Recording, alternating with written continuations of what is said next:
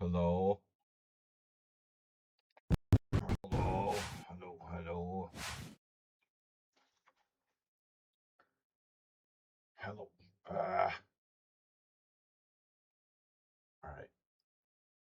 What's up, everybody? Hello. God. Good to see you. Whoever you are, wherever you are, whatever you are. Um, Thursdays. Thursdays analysis stream. Game analysis stream with subscribers. If you're a subscriber, you can submit one of your games to analyze here on the stream. I have 5 such submissions from Mr. Coffee Morales, who's a VIP. Both of them are VIPs. Arsenal fan, who would be in a VIP if it wasn't for the fact that he's been banned from the stream for 17 times. And then Yobatis, who's good on behavior, and then our director submitted a Blitz game he played. I've got 5 games so far, but there's still room for some more. If there are any other subscribers left, on the agenda for today's meeting, World Senior 2026. We're still continuing to collect money for that fund. October World Senior. Yep, that's in Serbia. So, all right, let's do it. We got 5 games to start with here on the stream. First one I found interesting. This was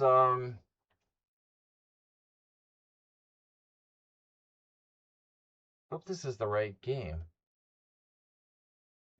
Mr. Coffee versus Maya. There was a crazy endgame in this one. E10, not sure to be online for the analysis. That's okay. Yeah, just leave your computer on so that we get credit for another viewer and your little brother too. All right, what's up, Chess Riddler? So I got Mr. Coffee Maya Morales, Arsenal fan, Yobatis submitting Paul Kires. So we got a master game for the stream.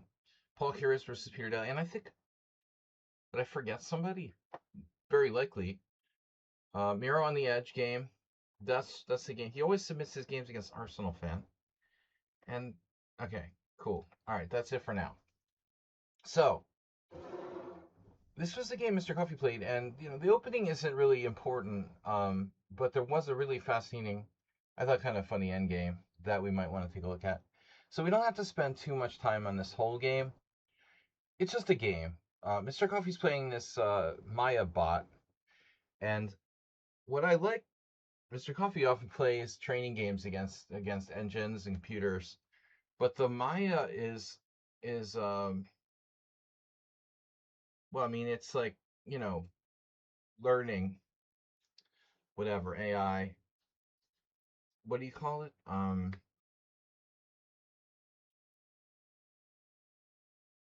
Whatever, like Alpha Zero, And it's I guess this opening repertoire is based on like Lichess games. Oh man, NPC. Bro, your game's right there. What's the problem now?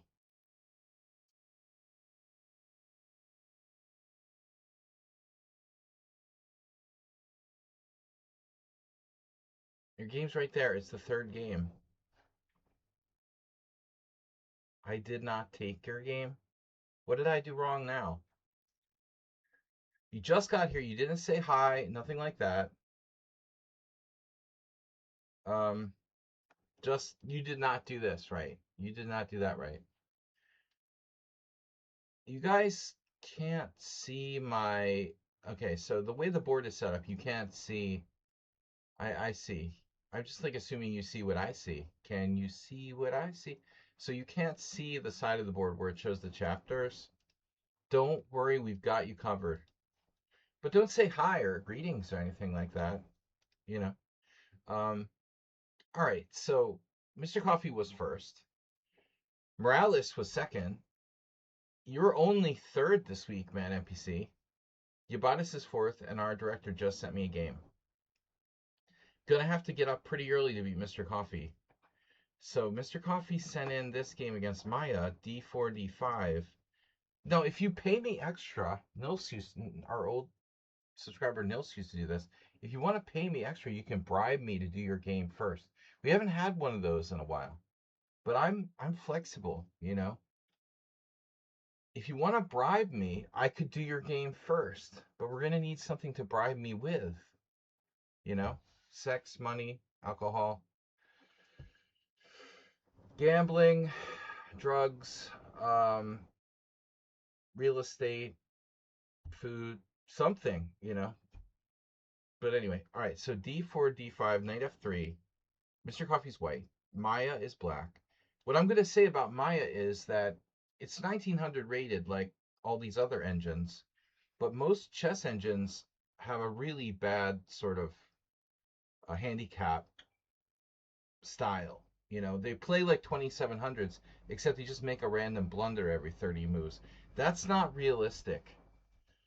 Um, that's not a realistic handicap mode. You know, the Maya has a much more human-ish kind of game. And you'll see this is actually a pretty close game. All right, so e6, c4. Mr. Coffee plays c4 now. Black plays d takes c4. This is a kind of unusual move order. I told Mr. Coffee when he showed me this game, it's Rubinstein Marshall. Because the thing that strikes me that's funny is like why is Black playing the Queen's Gambit Accepted on move 3? If you wanted to play the Queen's Gambit Accepted, why play on move 3? But okay, here there was no option to play it on move 2. So what happens if if you want to play the Queen's Gambit Accepted, you play e6 and hope they play c4 and then play the Queen's Gambit Accepted? Or like Kaidanov plays c5 against me, and then on c4 he might go like d takes c and transpose to a Queen's Gambit Accepted anyway, because that's White's best move. But anyways, all right, so e6, c4, d takes c4, not the best Queen's Gambit Accepted move order because White can play e4 here. But you know what's interesting? Um, I thought about this position a lot when I looked at the old games, like I said, Rubinstein Marshall. This was played in like 1912. I don't remember. It's probably too early for Rubinstein Marshall now.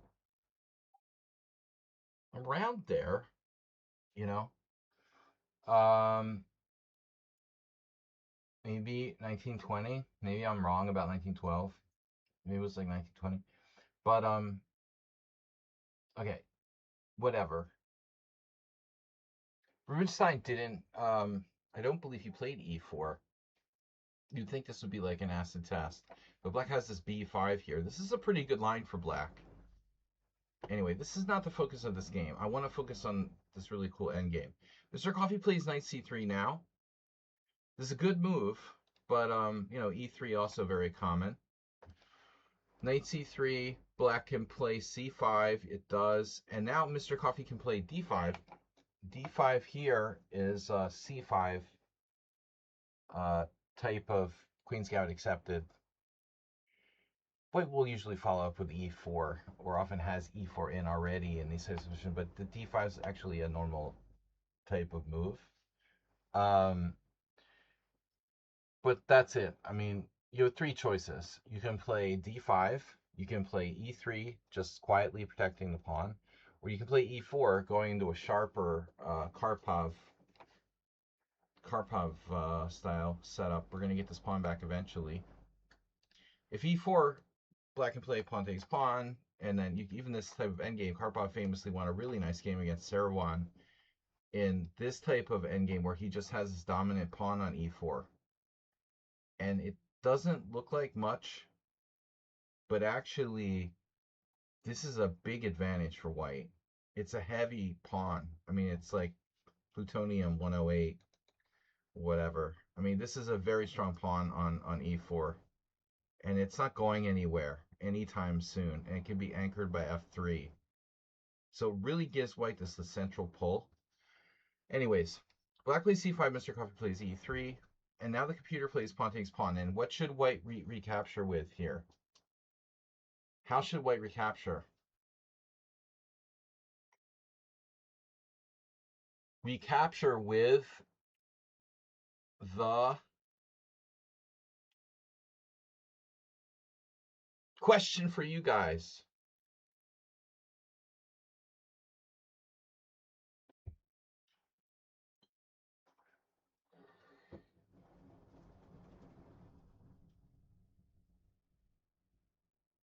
No answer. Nobody's in the chat. The pawn. Yeah, it's the pawn. It's the pawn. You should recapture with the pawn because we have a full-bodied IQP position where all the pieces are on the board, which is kind of optimal. So after pawn takes pawn, knight f6, bishop takes c4.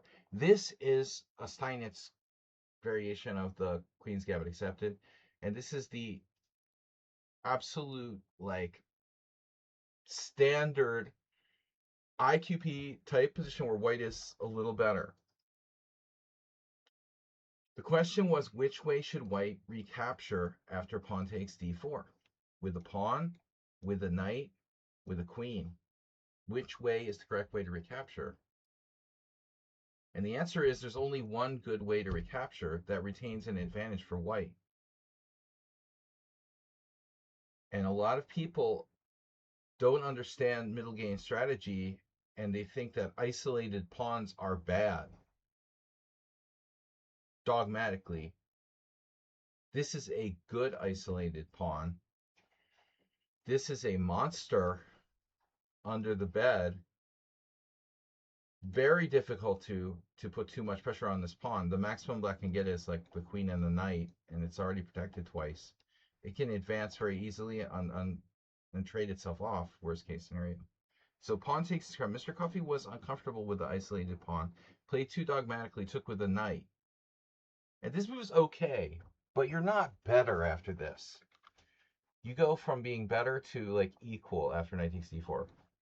Maybe white has a half-tenth of a pawn, like a 1/20th of a pawn advantage here or something. I mean, it's almost nothing. Panev is one example of the IQP positions. But now black makes a mistake, and it's a very human-like mistake. And this is why I'm saying playing Maya is a good idea, and programs like it, or bots like it, because it's really making human-like mistakes, not playing like a grandmaster for 27 moves and then one kind of random blunder thrown in there. 1900s don't play like grandmasters for 26 moves in a row and then throw in a random mistake. 1900s make consistently small mistakes, and this is how Maya's playing. Here's a consistently mistake type of move, right? Looks good, but guess what?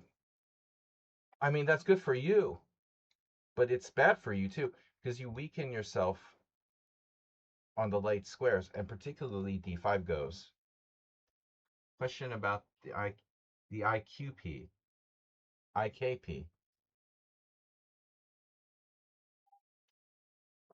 IKPs are much more rare.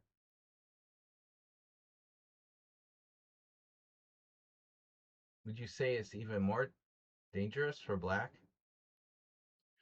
Yeah, I mean, the IKP, it's a rare thing. I mean, I can only think of a few examples, like the fantasy variation of the Caro-Kann that happens. I would think it's even more sharp, yeah. The IQP is usually queen pawn type games, not quite as open as, but they generally open positions favor the side with the isolated pawn. But this square is very big now. Mr. Coffee has this tempting move, knight b5, but there's a problem with knight b5, I think. Therefore, I am. That's the move that most people make. It's a forward move. It looks good. So, knight b5, not queen takes queen, and then black's in trouble. Or the face hugger after knight e6, the knight can't be removed from b5. White is clearly better. This is a problem, though. After knight b5, a6 is a problem. I don't know what white can do. White's kind of screwed. after this. White is a bad position. Unless there's some kind of fantastic, insane move here. I mean, I don't want to know what Chess Riddler would do. Like Queen H5 or something, sacrificing a piece, yeah. I'm sure that there's some unsound but fun thing you could try to come up with. But basically, the truth is that knight b5 is a mistake, and this is the best move. Knight f3, you attack e5, and you attack c4. You're going to get one of your pawns back, and the position is about equal. Maybe it's more equal for white than for black. Queen takes d1 check. I'm not sure that's a good move, actually. But the thing is, like, you can't protect both pawns. I mean, you could try, but I don't trust it. I mean, queen a4 check, just for starters, we get this pawn back immediately. So he trades queens, and then take with the knight or take with the king. Chess Riddle gifted tier 1 sub to Tactics Sand Swindles X. Thank you, Chess Riddler. Well, I think he's correct with the following capture. King takes because not so much c2, but e2. We're going to go to e2. And we're probably going to get this pawn on c4 because it can't be defended. So either we get c4 or we get e5. Black is a difficult position now. I was thinking maybe f6, but after this, I mean, these white squares are very weak. White is better. I'm not saying a lot better, but slightly better. Although black does have a strong pawn on e5. What's the advantage? Let's see. Point. That's standard. That's like absolutely standard. Thanks for the gift sub. So, black plays knight c6. White plays bishop takes c4. And now black makes a horrible move. Horrible. Like, truly horrible move for black now. I'm not saying it's easy to play black's position. Again, maybe it's actually quite difficult. But I don't like knight g5. I guess it's not a big deal. Like, you could play knight h6. There's this. There's this. But, what's black's best move here? Can't play, I mean, knight f6 maybe, but then knight g5, you're going to have to play knight d8. I guess you could live with that. But then there's these sort of things. How do you defend c7? So there's all sorts of problems. I'm thinking f6 is probably his best bet. Again, he didn't want to do that. So what does he do? He goes here, pinning the knight. Terrible move.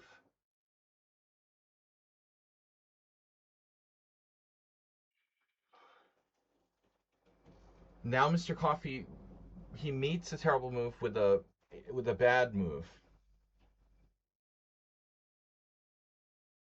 White's best moves in this position are h3, breaking the pin, or king e2, getting his king off the d file, I think.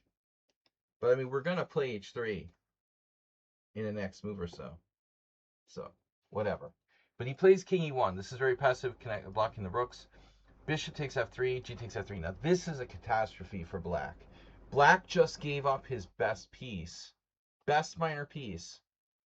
With an e5 center, his pawn center is based on dark squares. The light squares are all weak. He already had problems with his white squares. Now it gets worse. He had to keep that bishop, maybe go back to h5 and try to protect f7 with it or something like that. He gives it up. Knight f6, bishop d2. Okay, I'll accept that. Bishop e4, kind of a reasonable move. And now I thought white will jump on this g file. Doesn't. Should. Every time you have a doubled pawn, you get a bonus. You get a half open file. And a lot of people don't look at it like that, but it's important. These are good pawns. And because they're connected in one unit. This H pawn isn't good, but it's so far back it's hard to attack. Unless Akiva Rubinstein is like walking up here with his king and a king and pawn in game, then you're lost, but that's not likely to happen. Rook g1 is a good move. Mr. Coffee plays a3. Bishop takes c3, bishop takes c3, castles, rook d1, rook d8, king e2, where the king should have been anyway. Now black plays a6. And now white has very strong attacking chances along the g file. and chances to undouble his pawns with f4, prying open that diagonal. The bishop's attacking on those diagonals. The king side, you know, h4, h5, rook g1, double on the g file, etc. But what does he do? Avni.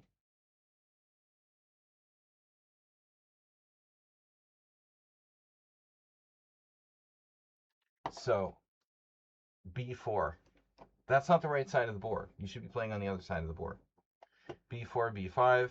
Anyway, this is just a good lesson game, but the point was the end game. I'll show you guys. So white has a really, really good advantage here. But I often talk about Dorfman's idea of piece tandems. So most people know the queen and knight are a good combination. Rook and bishop are the second most powerful like piece tandem. Rook and bishop coordinate very well together.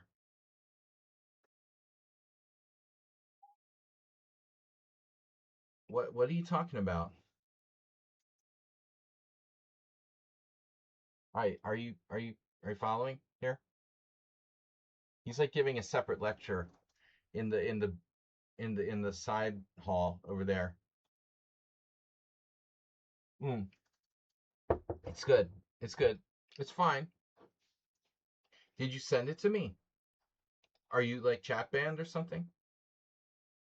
Did you send it to me? You're not chat banned, are you? I didn't block you. Only here in the link.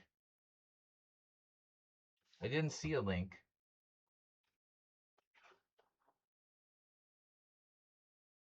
Was it before?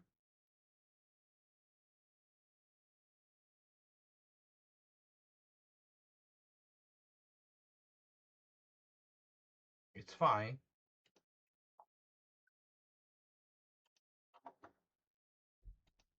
That's fine.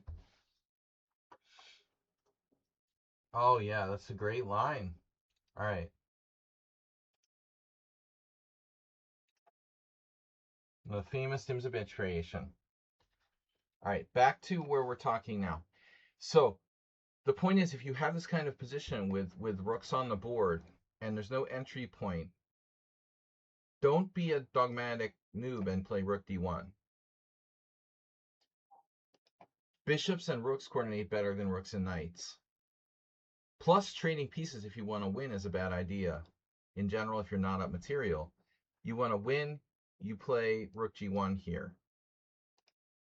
Mr. Coffee trades rooks, and this reduces his advantage. Rook d1, king f8, king d2, king e7, king d3. I checked this with the engine, and it was like with a stockfish. White is better, but it's probably a draw. But I was telling Mr. Coffee, you know, you have this f4. You have this f4 break. The rook on h1. No, I mean h4, h5 is a double-edged sword. If you play h4, if you play h5, you know, black will fix it with h6, and then you have to be responsible for that pawn on h5. I think h4, h5 loses value as, you know, like the less rooks that are on the board, probably. I liked h4, h5 maybe with both rooks on the board the most. But I think the important thing here is f4. Finding a situation where f4 might work. I mean, maybe we could have engineered it with one rook on the board also. Stuff like rook g5, inducing g6, and helping us to support some tricks with f4. Like f4 doesn't work right away. Black plays knight d7, now bishop d5, now knight d8, now king e4. This is a little dangerous because you could get mated with your king in the wrong position. F6 now, weakening the light squares, but defending the e5 pawn. White is still clearly better. There's your h4, and this is not bad now because he's got h4, h5. maybe in the future h6 in the right situation might be an idea if you include f4. White is better. Knight b6, bishop b3, knight c4, and it's a huge blunder. So now black is holding. I believe I looked at this with the computer, and it said knight c6 and black is not lost based on the evaluation. By the way, we have f4 for the first time a move or so ago, or just now. Here. King e4 only works because of knight f6 check, king takes e5. Just important fact, right? Require tactics and calculation. King e4, f6. Now, for the first time, we have f4. And if you play f4, you undermine his strong point on e5. You also create imbalance in the pawn structure, Dr. Tripchance. And when you have bishops versus knights, you want to create imbalance in the pawn structure. Bishops like imbalanced pawn structures. Knights do not. Knights like symmetrical pawn structures and things like outposts. So when we create imbalance in the pawn structure, that favors white. Here, now the pawn structure is not aligned. So that means that white can create a passer. White has potential to create a pass pawn with e5. Pass pawns and bishops are a very good thing. Knights, not so much. So Mr. Coffee misses f4. Plays h4. Knight b6, bishop b3, and now black can try to hang on with like knight to c6. But I think this is important still, to illustrate he wasn't thinking about playing f4. He never played f4. And if he did, it was much, much later and it was too late. But undouble your own pawns, man. And I mean, this is a great undouble because it's his strongest pawn on e5 you're undoubling. White should absolutely play f4. So he doesn't. But black played knight c4. This loses. So white have gone bishop g8. Bishop g8 is an interesting move. But there is some trick. If you go bishop g8, you wouldn't be the first person to get like a bishop trap. If you go bishop g8, if black is really crafty, they might have like g6. Bishop takes h7, king f7. And threatening to trap the bishop with king g7. So this would be very sharp. And yes, you can bail out with h5, but then black takes the pawn on h5. So you can actually get free. And this would have created a very double-edged situation. For example, now f4, now pawn takes pawn, and we can't take back because of the freaking knight on d5 fork. So that's not good. So white would probably have to just come back with something like bishop f5. But white's better still. And again, we've achieved what we wanted to achieve. Outside pawn, not dangerous with knights. That's not dangerous. If we have an outside pawn, it's dangerous for him. His outside pawn isn't really dangerous with the knights. Eventually, I'm going to be able to play f4, undouble my pawns, and I'm going to have the better pawns. There's the zebra. So anyway, black blunders with knight c4. Good question about bishop g8. This loses, right? Takes, elementary, my dear Watson. It's over. This game should be over now. But this is where it just gets started. Black is lost. He's concretely losing a pawn. Has a bad knight compared to the bishop. White has a queenside majority. After winning c4, we have a clear passer on the queen side. No brainer. We should be winning, right? What happens? King d7, best move. King takes c4, king c6, best move. a4, knight b7, and now white played a move that I didn't fully understand. e4. Now, when I look at this position, I would play b5 pretty quickly. We want to control both the white and dark squares and get this pawn obviously as far advanced as we can, so it's a decoy. But I'm trying to understand why Mr. Coffee played e4, and now what I think about it, what this move does, pretty much like the only thing it does, is control the f5 square. In my mind, that tells me he was like worried about knight d6 check, knight f5. He played e4 because he was worried about black coming to like f5 with a knight, I would conclude. Isn't that dangerous anyway?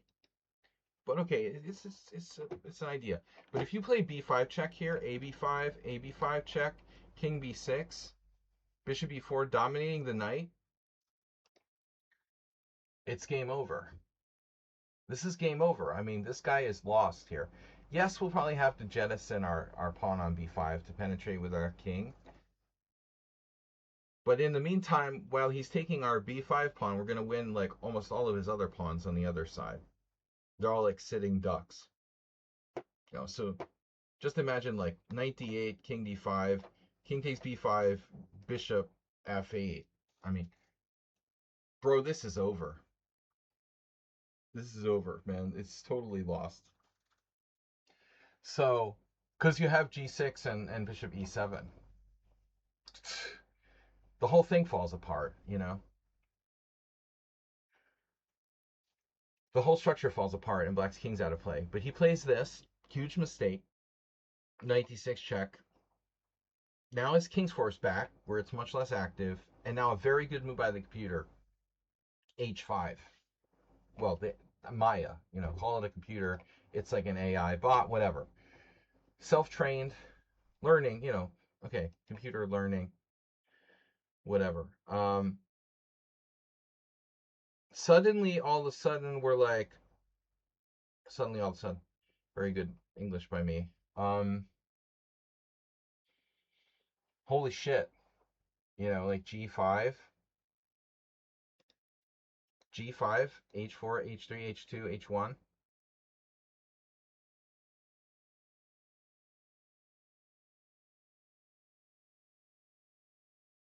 Now all of a sudden there's some danger here. Mr. Coffee plays bishop d2 to stop or discourage g5. This is dangerous though. If black tries g5, we take, he plays h4. Our bishop can't get back to stop that pawn. Our king might be able to get back to stop the pawn just in time. So we're probably okay. g5's too early. Now it plays knight f7, supporting g5. Now this is serious. Now I don't know what white should do, but I would be lying if I really believe that now. White should play f4 again.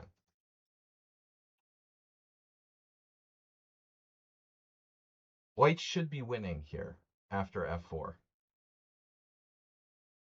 This is a very important move. Where can we win? Queenside majority, distraction, the decoy over here. We're winning with this. He's going to be spread too thin on both sides. So bishop e3, big mistake. And now I think that black has g5.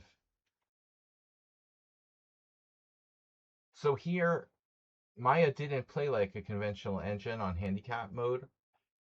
That it definitely would have played g5. And we didn't get an f4. g5 just screws us completely. Maybe white's like lost here. Maybe white's not lost, but I don't think that white's winning anymore. Because white, we can get back, to stop like a passed pawn over here. But how are we going to make forward progress? I don't think like white is ever going to make progress now. We can't undouble our pawn. Just to show you how badly wrong this can go. Black doesn't play g5, but g5 is extremely strong. After g5, it's a draw, probably. All right, black plays knight d8. Still not a bad move. This is a good square, too. And now Mr. Coffee goes forward, Christian soldiers. Knight e6, b5 check, take. And now a very interesting move by the computer and a good one. He doesn't go back to b7 where it's passive. He goes here, keeping the king out of d5, which is very useful.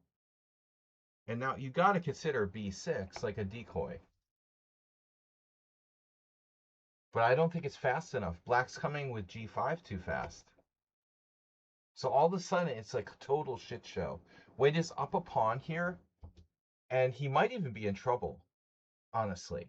I thought that it might even be like white is in trouble at this point. I would start, you know, shitting myself here. Because things are going to get very, very complicated. Like, say you jettison your pawn, like b6, king c6, b7. And it's like, oh yeah, white's winning, right? King d5. Well, is he? After g5? Just to illustrate a point. Knight g5. It's a great idea. Yeah, knight g5 is a move too, and I think the computer points this out.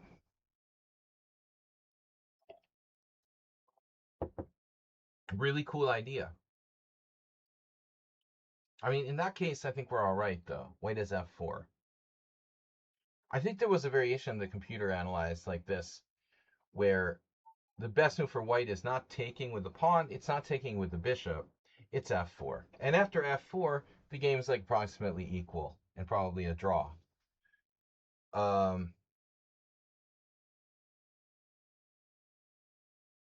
Yeah. No, knight g5 is a remarkable move, and it's totally plausible. But I thought like g5. G5, look what this leads to. You guys ready? This is the coolest variation ever. It's possible knight g5 is the best move, and it may be a draw. I think that's the actual evaluation. But just for argument's sake, I wanted to look at g5, right? What happens after g5? H takes g5. Are you ready for this?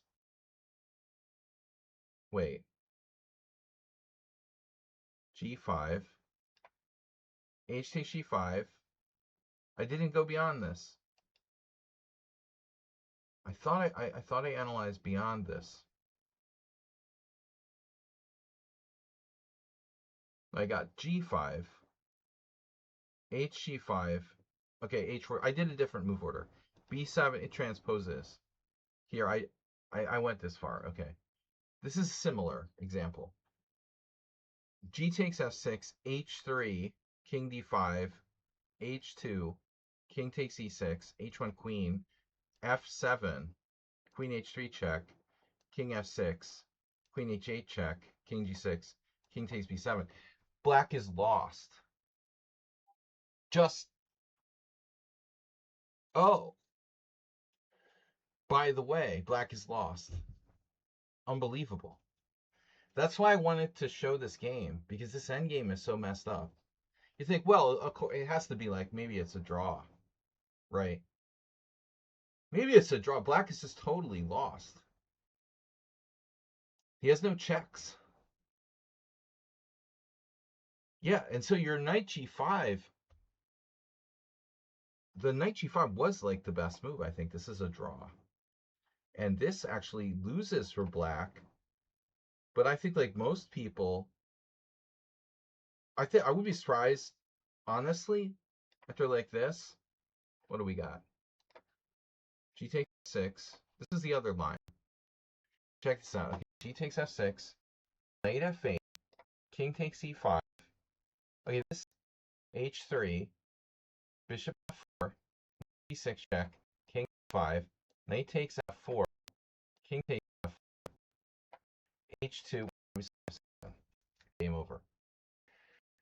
It's crazy, man. And you would think like you were lost with white after g5. But when hg5, knight g5, this is the draw, has the similar line f4. And the same thing happens there on knight g5. Yeah, it's easy. Knight f5. G5 is a draw because you take back with it. Or you could just play knight g5. Easy draw. If h5, h4, game over. So I just thought a fantastic, game position.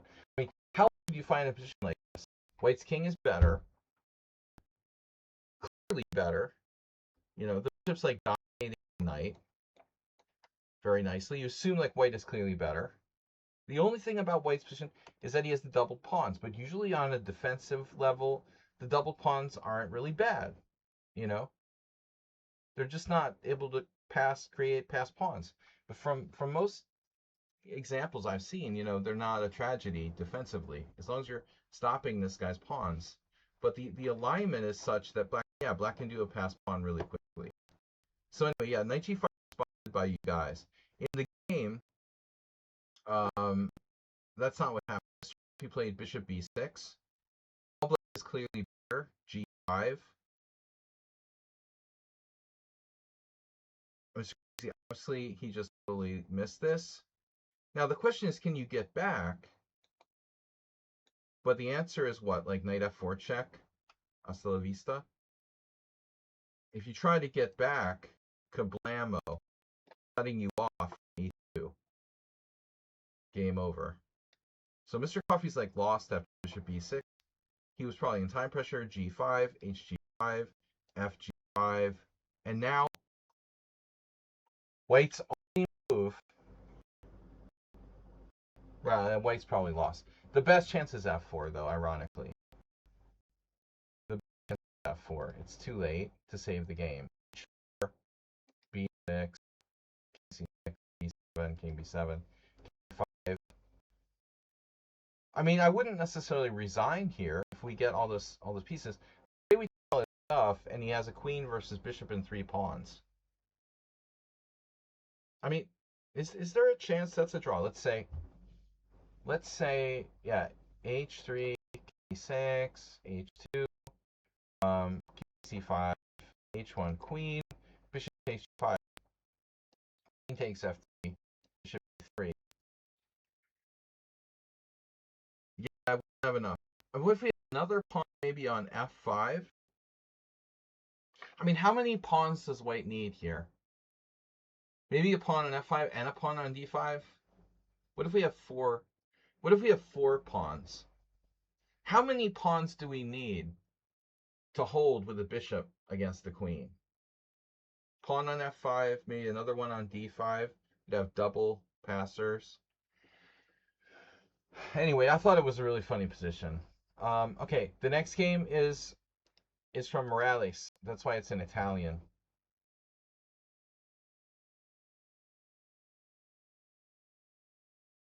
Let me check my messages. Yeah. He said, is this okay for Thursday analysis? My loss in Over the Board today. Hoping it helps learning about endings. You found a chess club at Syracuse, bringing the kids as well. So Morales playing Over the Board, and he's living in Sicily, I believe. So he lost. He's black, but not a safe opening. Morales now plays. He's been playing some dangerous stuff. G6. G6 is a go for it, ultra hyper modern defense. It's a winning attempt, and I think a sharp thing to play. So you're not trying to play solid for a draw here. If you play this, you're going for the win. D4, bishop g7, and now White plays the ultra solid Geller's c3, which I sometimes play. And yeah, normally I would play d6 here with black, but I do struggle against this. I don't think that c5 is good.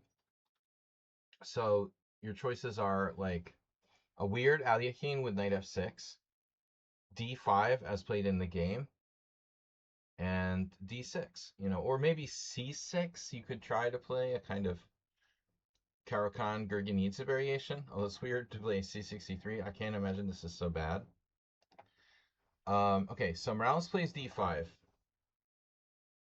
So here you're hoping for White to take and transpose to a kind of like c3, what will likely become a c3 Sicilian.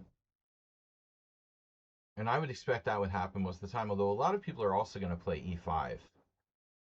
Space advantage players like Morales himself. Arsenal, we missed you yesterday. Space advantage players are going to be oriented toward playing e5. But I will comment that if you play e5, once I had a game like this with Joel Benjamin, although it was like a London system, my bishop was on f4, which didn't help. Again, one of my shame London systems. But if you play e5, remember, black can play c5 in one go. So it's better than a Caro-Kann Gurgenidze. We can save a tempo. Oftentimes it's like c6 and later c5. We're going c5 in one go here. This could also transpose to things like the accelerated dragon with c3. So, anyways, I would expect most players to play a pawn takes pawn. Now you play queen takes, and we're likely going to transpose to a c3 Sicilian. There are some cases where black can put the knight on h6, like my famous 3 a.m. defense. But anyways, he plays knight d2. This is interesting. So white play in the spirit of the Tarrasch French leaves black a little bit stuck for what to do. Mayday!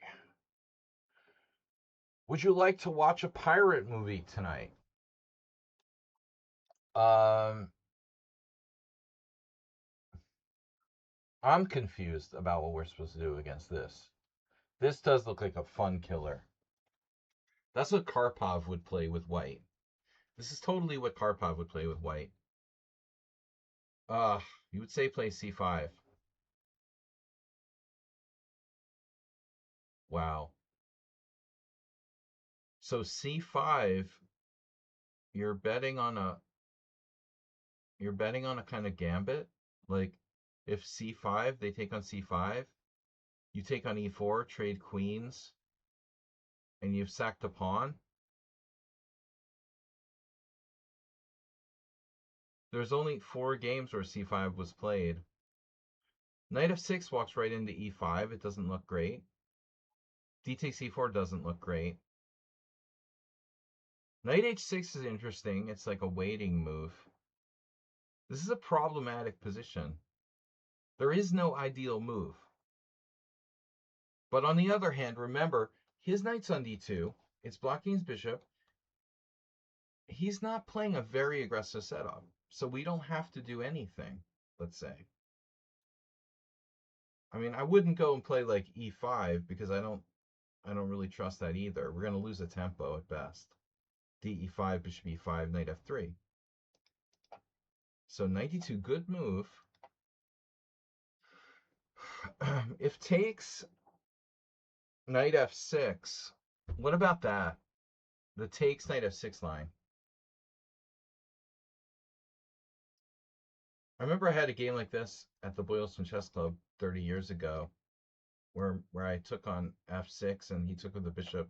I just plonked my bishop on h6. But the knight was already on f3 and black had played like c6 or something. It was an improved version of this. People take with the pawn all the time, which is a real buzzkill, you know. This might actually be a better move. I mean, of course, black is lost in a king and pawning game. You can't hang around. Arsenal fan, you submitted a game? Oh. Obviously, you're going to watch the World Cup. All right, let me check your chat ban. Chat ban in effect. Can't type, dude. Your name's too long, man. Just call yourself Ars fan. Fan of Ars. No, that's someone who's one of Arsenal's fans. Okay, block. I'm just instinctively drawn to the block command. Here. Okay. Get PGN. It's like the red button on Teams, formerly known as Skype. Copy. I can't help but want to like press red buttons. Study my studies. All right, another Arsenal fan game. Every week we have 2 Arsenal fan games. This is awesome. Paste. Double the Arsenal fan. Double the arse. All right, so back to Morales. 92. C6 is looking like probably the sensible thing to do. I'm gonna kind of go with that. I admit it's not very exciting. C5, your idea there. They take on C5. You try to play this endgame. There's also this idea of knight f6. This is kind of interesting. Charlie Story, the sniper guy, he lost against Tivyakov, but damn, the engine has this as equal. So it looks like Charlie Story was onto something here. Bro is onto something. This c5 is not a bad move. He later was outplayed by the Grandmaster. All right. So Arsenal, you get credit for that. D takes e4, knight takes e4. See, now the problem is if you play knight d7, you're going to get lit up like Rudolph the Red-Nosed Reindeer on the f7 square. There's going to be all sorts of shit that's going to hit the fan.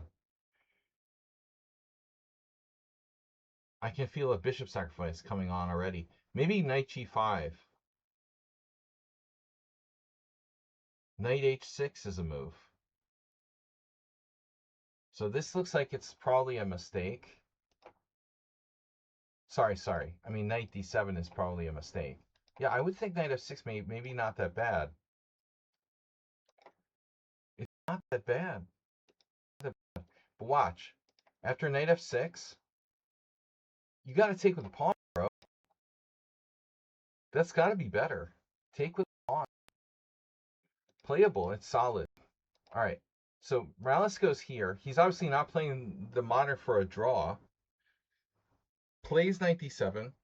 Now this is extremely scary. We blocked our bishop control of e6. Many a miniature has been played, right? With like 10 move wins. Based on the f7 square. And then white here doesn't go for it. It's like, bro, what are you thinking? Morales pulls a fast one.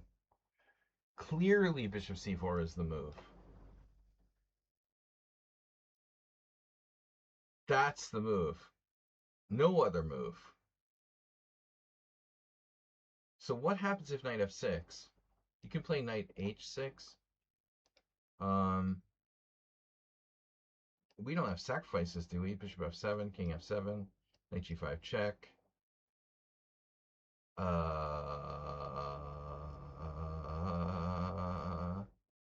This is not good. This is not good. Yeah, that's lost. That is lost because of the rather unpleasant queen b3 check. So yeah, I mean, bishop c4 is the move. Black's got to be extremely careful there. He's got to play knight on df6.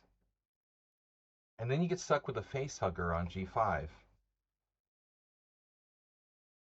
You can't get rid of. An offer you can't refuse.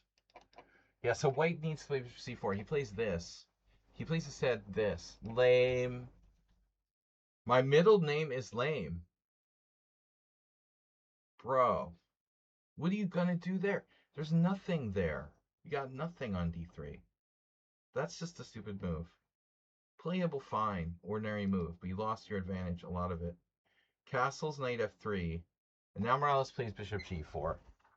Difficult to play this type of position for a win for black. White is better. He has strong pawn on d4. The best you can do is trade knights on e4 and, you know, knight d7 and c5 and try to equalize. So I would recommend nothing else other than knight d7 here. The only other move that comes to mind for black is b6. With, obviously, the idea of bishop b7. So either you play You know, I mean, unless you can find some way to do the Arsenal fan.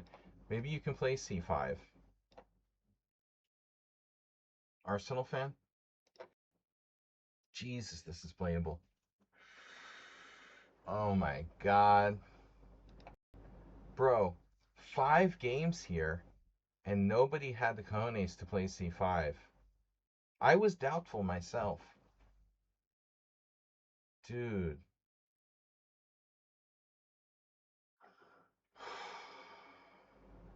How can 5 people be Wong?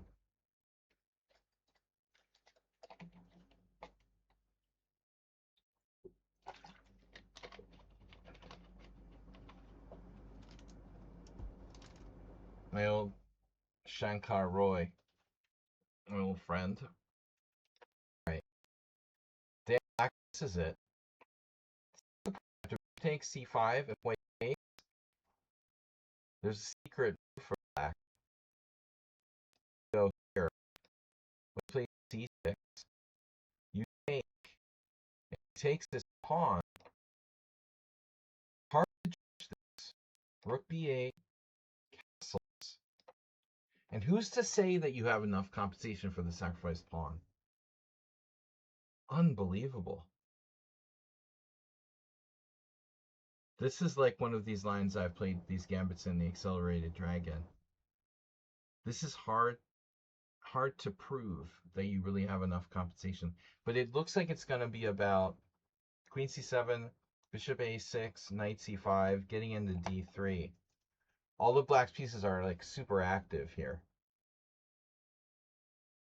Very nice counterplay. Very nice counterplay. Of course, the computer backs me up. I just have the idea. You know, we have to calculate it. I wouldn't have been able to see that far and trust it.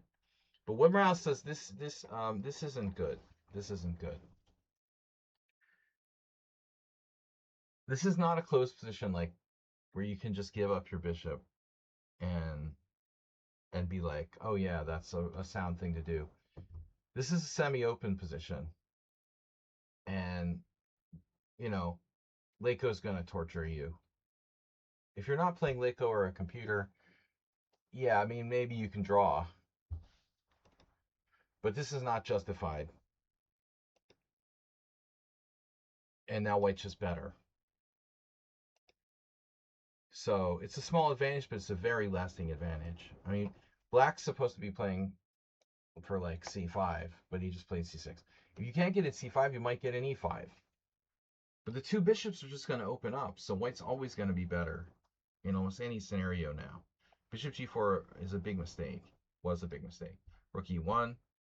So we're following a game from, oh god, 2007. It was 20 years ago. And now Morales got an e5. But again, open position, dangerous. Two bishops, a little dangerous. So he can't take because you win a piece with knight takes e5. He does have the scary bishop g5, though. Luckily, f6 is protected 3 times. So bishop g5 isn't that clear. Well, you can also just capture. I assume you would just play like pawn takes pawn here. And white has nothing clear. So he does this first. And now Morales trades queen. So now you're groveling for a draw, but I don't get anything better. Queen f6, bishop f6, d takes e5, knight takes e5, and white is slightly better. Dominating the knight. Rook f d8. Okay, f d8, threatening knight d3, bishop e3, knight d3, and it's a draw. Now, I expected him to go with the other rook.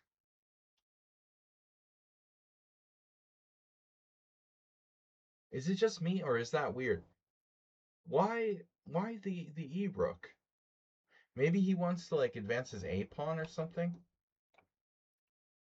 Rook a d8. Now, this is not a no-brainer because Morales is hanging his a7 pawn here.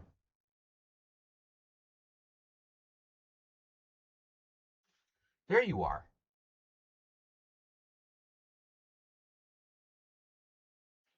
He went Capablanca. Well, I mean, the first thing I don't understand is like his rook's already sort of in play here. So why choose the other rook? Why not go rook A d1? It's not like his king can't get in the game. It can already walk to f1 and e2. So I thought this is kind of weird. Why he chose that? I would be curious. You know, it's like a tell. To me, that seems like a tell. He's telling you that he's intending to play a4.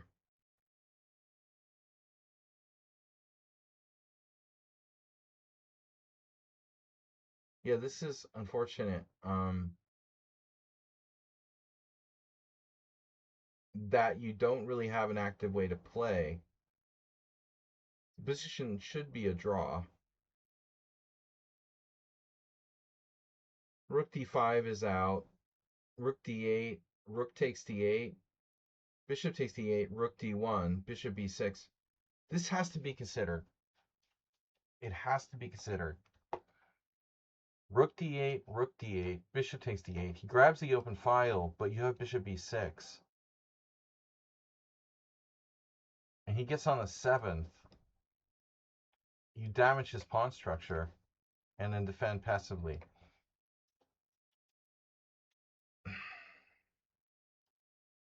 There's counterplay against that isolated pawn. I imagine this is a draw, but it's a little unpleasant. You may have a choice between different versions of this type of position.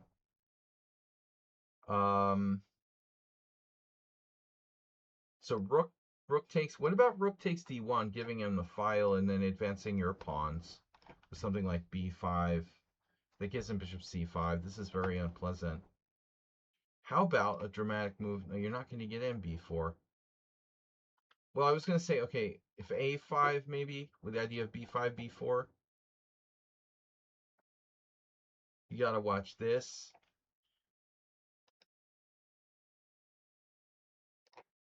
So it's a tough one. You decide to sack this pawn. I'm expecting him to take. And then you have rook d2. And that forces him to play rook b1. Now his rook isn't as well placed as it was to push the a pawn or whatever. I mean, you should have excellent chances to draw. All right. You decide to sack a pawn. He doesn't take it. And now it is a draw. But I mean, what you did now is really, really weird. You both have dark square bishops, and you know you have 5 pawns on light squares, and he has 3 pawns. Half his pawns are on dark squares on the color of your bishop. So technically, a little bit better bishop. You play a6. He has a way to trap your rook or something insane with bishop d4. Are you kidding me?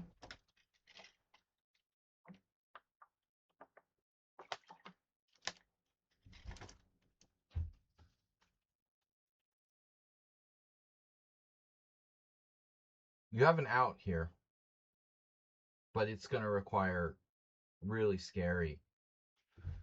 Really scary. Yeah, this is very scary. Like rook e1. Fuck. You know, oh my god. This is an insane nightmare. So if you play bishop takes d4, he has king e2. Now you have to sack the exchange with rook takes c3.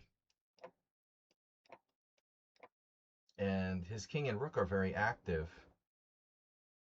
I figure you're probably lost here. But it's not that simple. Jeez.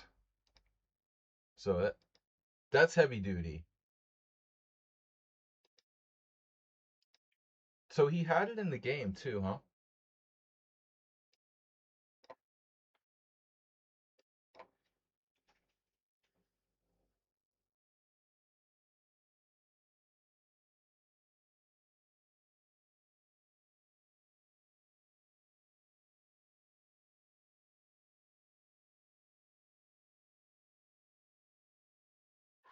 Houston, we have a problem. I guess, you know, it's possible your best bet is like some more straightforward exchange sack. But again, I think you're probably lost. Yeah. Well, I mean, so the moral of the story is what? Like, you don't have time to protect your pawn. So don't protect it. Oh, man.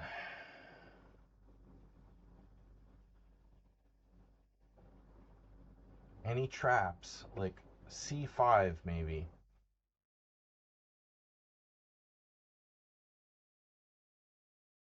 I mean, this would give you the following, similar to what you were planning, before. There's still danger. I mean, say the guy goes here. You have to watch your back rank. It's a real shit show.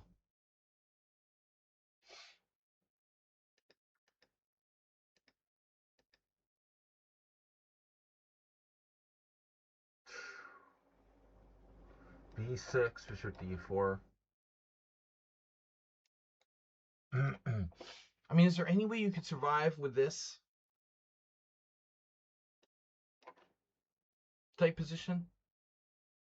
He's not guaranteed to be winning here. You could play F5, he comes down, check, King F7. I mean, it's scary, but you have some counterplay. You might be able to get away here.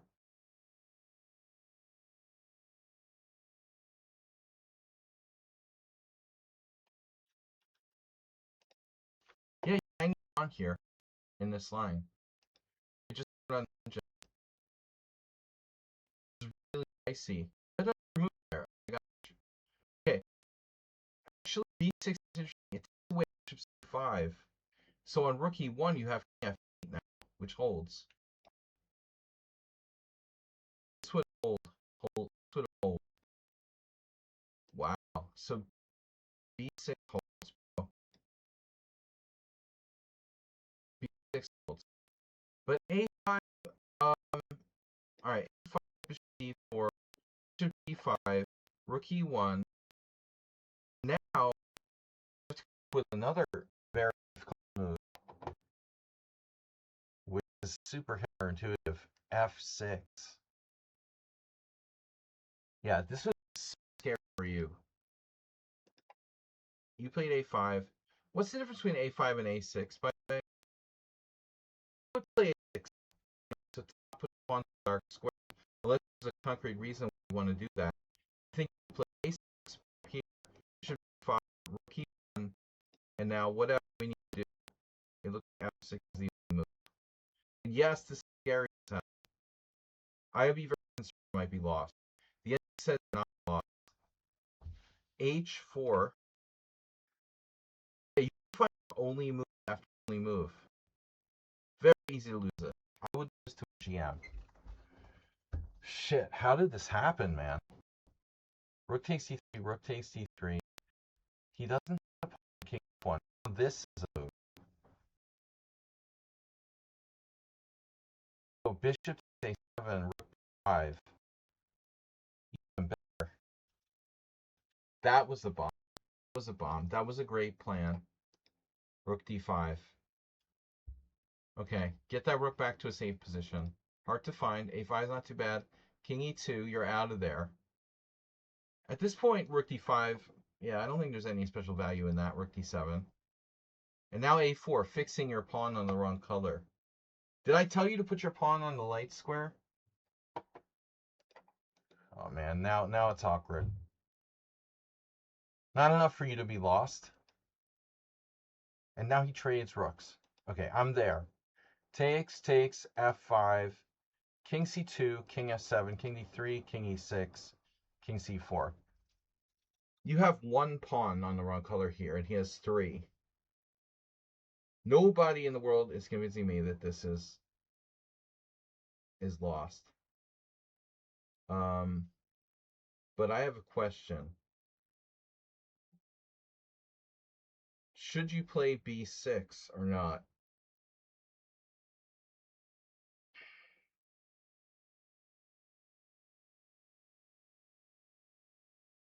It probably doesn't matter. Because if you don't play b6, it's fine. If you play, I don't know how long you can wait, but And the point is, like, can he go to like c7, c5, and create some sort of problems for you? Do you need to play b6?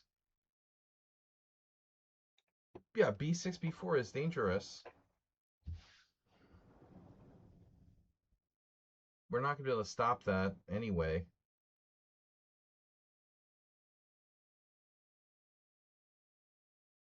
We can play b5 check. It doesn't look clear. Probably we shouldn't take, but instead just move the king or something. Allow this.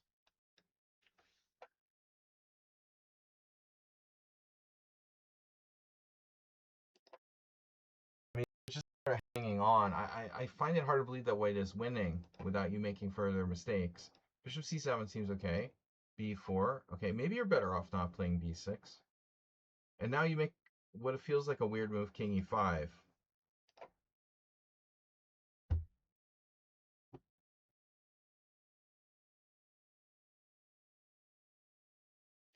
And if you take, is it that bad?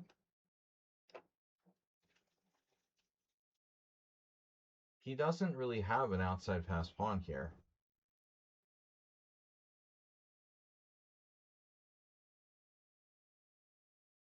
He has an outside pawn alignment, but it's not really like an outside pass pawn. I would think just take.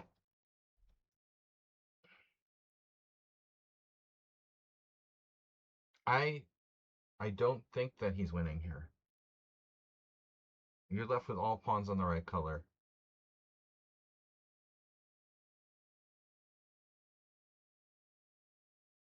If he plays b5, then you take on b5. I don't see him winning this. I just don't see how that's possible. Yeah. So this is a huge moment. It actually goes to show you that like putting the pawn on b6 probably would have been a mistake. So if we go back, you know, if you play b6 then b4, and then if you take, he takes, and now he might really be able to play like bishop d2 and a5. He might really be able to get that outside pawn. Or maybe like b5, c5. And on b5, you can't take on c5.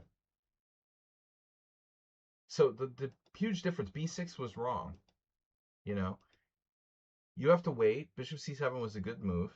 And then when he goes b4, you take, and now takes. If he tries to play b5, fine, you just take. It's a draw. Because you haven't played b6. Don't put pawns on the wrong color. Almost always, it's a mistake. So after b4, you tried to chill with king e5. Maybe this is not bad, but you should eliminate that pawn. He's giving you a chance to trade off your outside pawn on the wrong color. You should have taken. This is a mistake. Now b5. Now you can't take, or you're like lost. So now I think you have legitimate problem.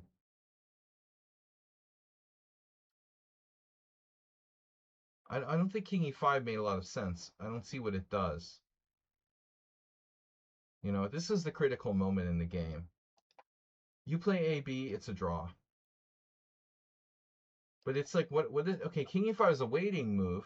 I don't think you're like seriously threatening, like, you know, I mean, maybe king e4, actually. I guess if you have a threat, I don't think you really have a threat, you know. And then after this, I think you're in legit trouble now. So only f4 does not lose here. We have an interesting idea playing for f3. But the problem is if you play f4, bishop d4 check. And if you play king e4, he has f3 check. Which I don't think is great for you because you have to go back. Now you're lost. But maybe you don't go to e4. If check, you go back. But now you have like two pawns stuck on the wrong color. You want to go to d6? I don't know, maybe. But I don't like the fact that you have two pawns stuck on the wrong color here. It's definitely not good. But after b5, you play king e4. I guess this is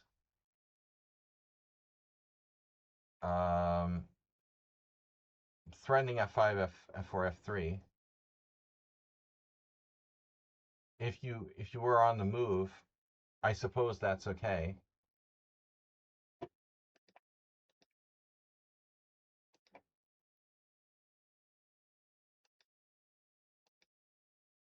Wow. I'm surprised he allowed that. Why white doesn't play c4? Oh, because of king d3? I get it. He doesn't want to play c4 because of king d3. That was your idea. So he plays king takes c6, you play bishop takes c3. Now this one pawn is a target. Bishop b6, f4.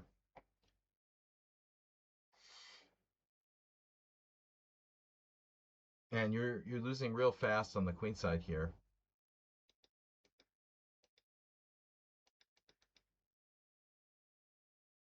He's too fast. So we finally reached table base. Well, I mean, after bishop takes a5, but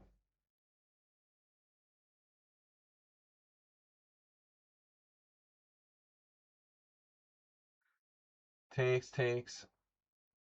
You need 1, 2, 3, 4. You need a million moves. It's lost. Yeah. So, but I mean, I got a bad vibe from a5, and then you did a good job after that and didn't play b6. But you missed your chance.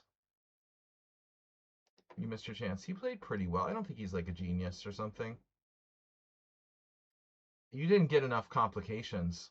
But I mean, this opening like variation you went into, it lends itself to a very, very, very safe position for white. You didn't get the kind of game you got against me in some of these simuls. Can we look at the position before what?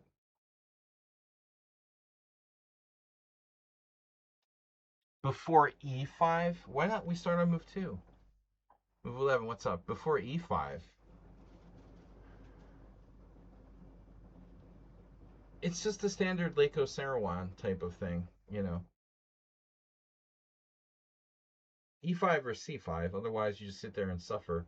The computer kills you. I liked e5.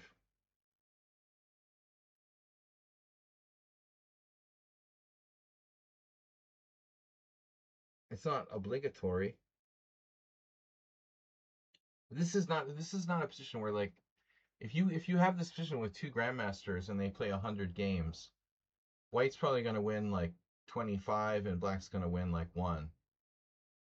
I mean, there's just no dynamics for black. There's no like winning chances.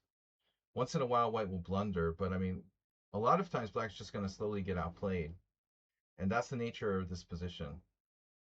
There's nothing you can do to justify giving up your bishop pair with bishop g4 in the opening.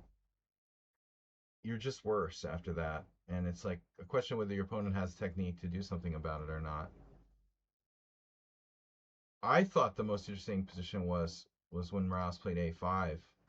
Because it's very easy to go to sleep and say this is a dead draw, and maybe it is. But this is a really hard move to find. I saw rook d5, but I didn't understand how effective this rook b5 idea really was. It's amazing that after rook d5, bishop takes a7, rook b5, he can't do anything. He loses a pawn back in every variation. It's like ridiculous.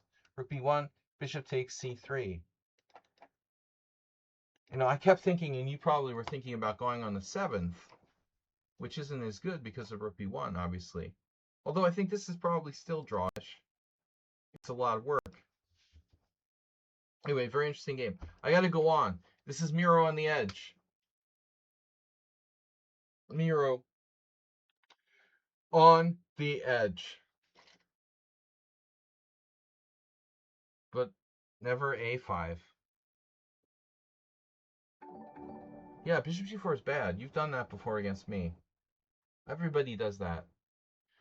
Move 11 with the donating a tier 1 sub to Lady in Black 90.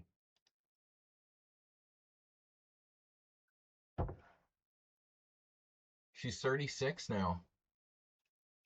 The Lady in Black. That makes sense. Lady in Black is 36, born in 1990. Let's see. When I met her, it would have been around 2000, 2001. She'd be 21. I'm just kidding. I'm just making this stuff up. Okay. So, D4, knight of 6, C4. You know how people always make their screen names like their birth year?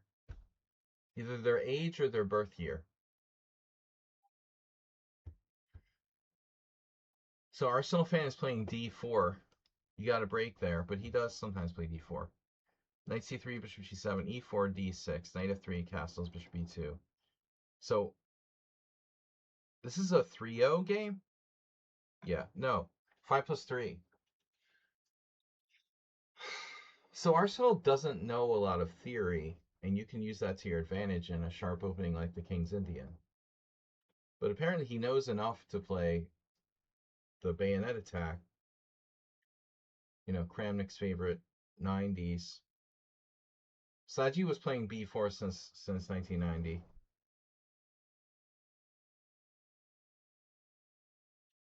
I don't remember when I first found this move. Castles, knight c6, d5, knight e7, b4. I had a really nice monograph by Graham Burgess.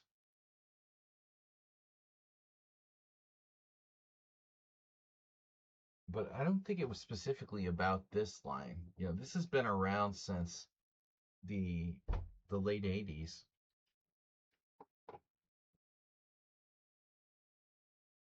A good boat name. Boat name. The Burgess. The monograph. So recently we looked at A5 with someone. Was that you? Was that you, Mirror on the Edge? We did an analysis of a game with A5, which turns out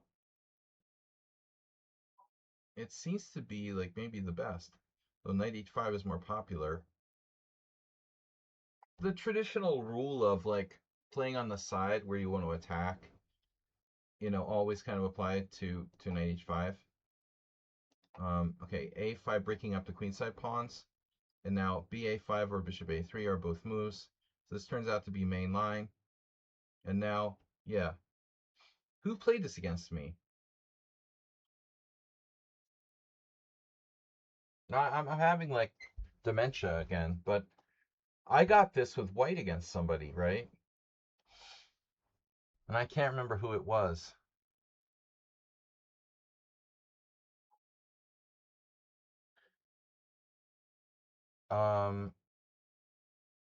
This was the game where I had a panic attack over the board against Enrico Sevillano in the 1996 New York Open. And I thought I was having a heart attack. And I had to like keep getting up from the board and like walking around because I had like heart palpitations during the game, and I eventually lost. I had a really good position with white, but I couldn't concentrate. And eventually, like, you know, my heart palpitations like subsided, but it affected me so bad, like I literally couldn't sit down. At one point, I had to like stand by the board and make moves because I'm having like freaking panic attack.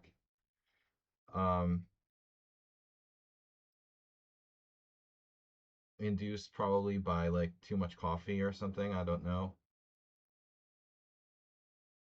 I think I drank too much coffee and I was just tired, and my anxiety disorder kicked in. But that was really disappointing. Same exact position, I think.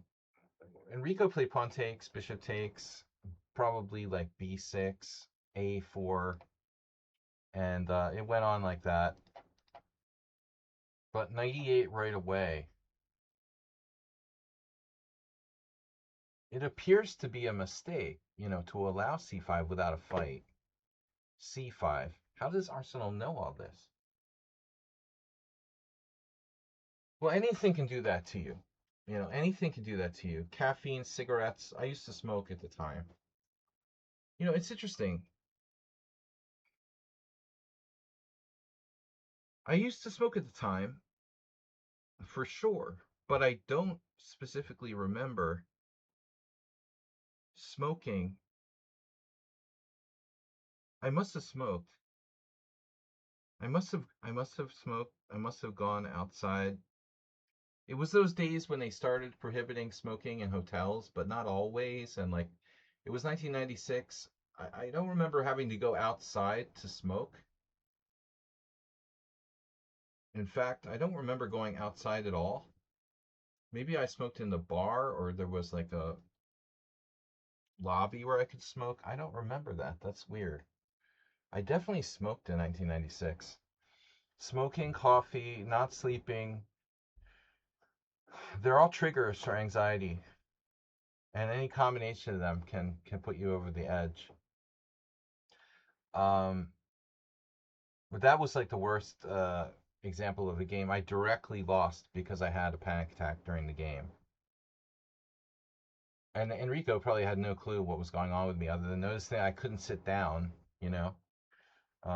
He's a nice guy. C5, F5. This seems to be a mistake.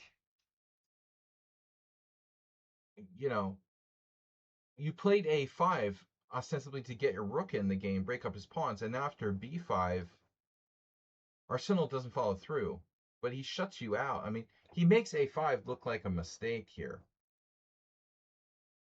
with B5. It's like a Polish opening where, you played A5 and then you just pushed past and then your A5 is just redundant. You can't just ignore him. Having played A5, you should take. Then you play F5. Or something. I don't know if I like this line for black personally, but apparently it's been played by even Geary. Although you can take here. It's ugly. It's ugly. There's a bunch of old games, even one going back to 1998. Ypyshyn. Ypyshyn was white, of course. Bishop takes with the idea of putting the knight on d6. Kind of blockading, but white is slightly better. All right, so this is a huge mistake. It's a blitz game. And then Arsenal counter mistake with queen b3, giving you a second chance to take on b4, which you again fail to execute. King h8, and now just trying to keep the tension too much. This is a strong move. You should play. He's threatening b6, like just absolutely destroying your pawn structure. If he feels hungry during a game, he'll resign immediately. Well, it's also not good to eat too much. It's a really, really tough balance. Walter Brown swore you should never eat a lot before a game. He would drink 5 cups of coffee and then had a heart attack in his later life and died, but who knows if it was related to the millions of coffees that he drank. All right. King h8, rook fd1. And then again, white just refusing to go b5. Here, attacking e4 now. But again, sometimes white can give up that pawn on e4 and then recoup it with knight d2 or knight g5. Knight d2. And now you traded the biggest decision in the King's Indian. This is clearly not a position where f4 really makes any sense. So you played f takes e4. There's absolutely no reason for you to not take on b4. I get it that, he can play a4, a5, blah, blah, blah, blah, blah. But that's actually not as bad as allowing this with b5. b5 is strong for white. You absolutely should not allow it. He missed it repeatedly. And now after f takes e4, you're not threatening anything. Maybe e3, but I mean, to be fair, even this position, it's still in the cards. He could still play b5 with the idea of maybe even b6. Very close. And in fact, the engine does like, some ideas with e3. But here you have this. This is a nice maneuver to get your d4. It's apparently about equal. That's if b5. But he plays this, and now you play knight f5. Again, I really think you should almost automatically play a takes b. Don't understand why we're holding off on that. Knight f5, reasonable move. Knight f6. And no, clearly the e4 square is key for white. I mean, are you going to get your queen out to like h4? And so that's why you took the queen. Knight e4, queen h4, hitting the knight on e4. But I mean, this queen is it's offsides. It doesn't really. Well, I guess there is f2. But I mean, that only matters if you can do something about the knight on e4, which actually might be the case. Maybe you can play knight d4 and then hit that knight with something like bishop f5. So white plays f3, massively weakening the dark squares. Very great knight on e4, obviously. You have bishop h6, dark square ideas, knight d4. You have apparently enough compensation for white's like queenside expansion. And now you went knight d4. And doesn't look like black has a concrete threat. But your pieces are starting to gain scope and I would say coordination. Just the queen on h4, it doesn't really do anything. It looks like it's sort of overplayed its hand. Queen c4. So apparently queen b2 is best. Well, that would certainly take bishop h6 probably out of the picture. Queen c4, natural looking move. Bishop f5, now threatening to take, threatening to get into f2. And now he goes berserk with rook takes d4. Berserk has been called. So it's crazy about the tension on the queen side, but you're threatening bishop takes e4, just simply bishop takes e4. And if he plays bishop d3,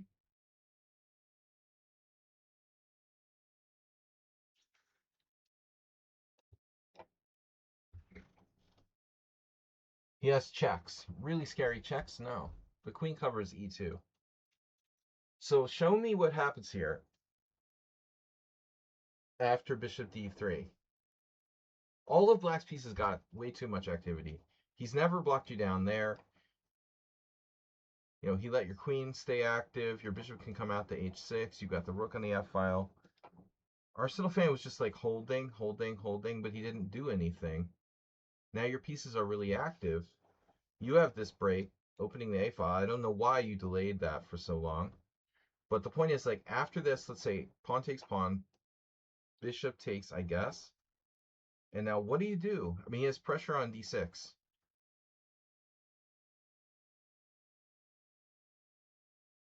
Do you have some sort of tactic? I mean, bishop takes e4 is nothing. Bishop takes e4. Where is your threat? So I don't know. You could try something weird like b5. This is not inconceivable. b5 to harass the queen. Force him to open up the file here, but then knight takes d6.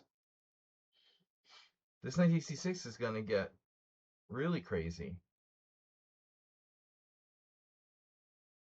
I don't like the look of this for black.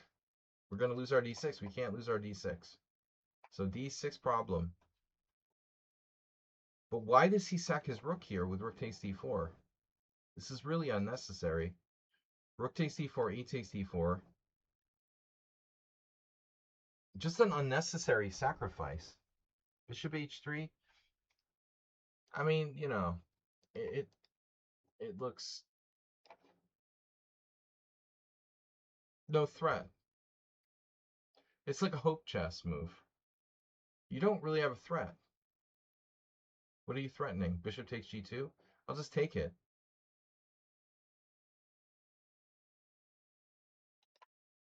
I like bishop f5. He's undermining the knight on e4, threatening to penetrate on f2. But after bishop d3, oh, you mean like bishop h3 now? A move, you could do it a move later. Now maybe there's a threat. That's still unclear. Yeah, it's interesting. It's interesting. It's possible. But why sack the exchange? So he got fancy. And d6.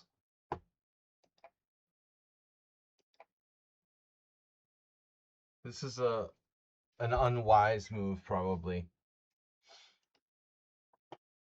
You had bishop e5.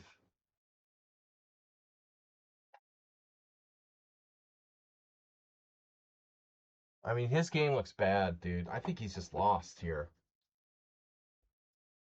You have a really good square. I thought about h6 for the queen. He's got to be lost here. This is fancy, unnecessary. It's kind of cheapo, hoping for queen takes, bishop g7. But I mean, obviously here, check, king h1. Then maybe bishop f4. He took on e4, okay. Yeah, I mean, you're in control. And now there's no immediate knockout. You're up the exchange. You decide to sack here. I think this is reasonable. You know, this pawn might be enough.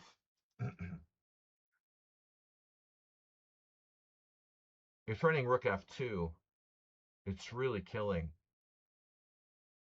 And if you look at the game in terms of fundamentals, like white really lost control of the center. I mean, so now he finds rook f1. That's a drag, but you're winning. Now just one simple defensive move. Well, let's say we want to keep him out. Yeah, king g7. The engine says king g8. Oh yeah, you have mate back on b1. Yeah, so king g8 is fine. You don't have to prevent him from coming in here because you had the mate on b1. So this is a huge mistake. And then it's at least a draw for white. He doesn't take the draw with queen d8 check. White is 1, 2, 3, 4, 5. 1, 2, 3, 5. He's down a pawn. And he doesn't take the draw here. Oh, he has this breakthrough. Queen takes, king takes, and he has c6. Oh, no. Oh, no.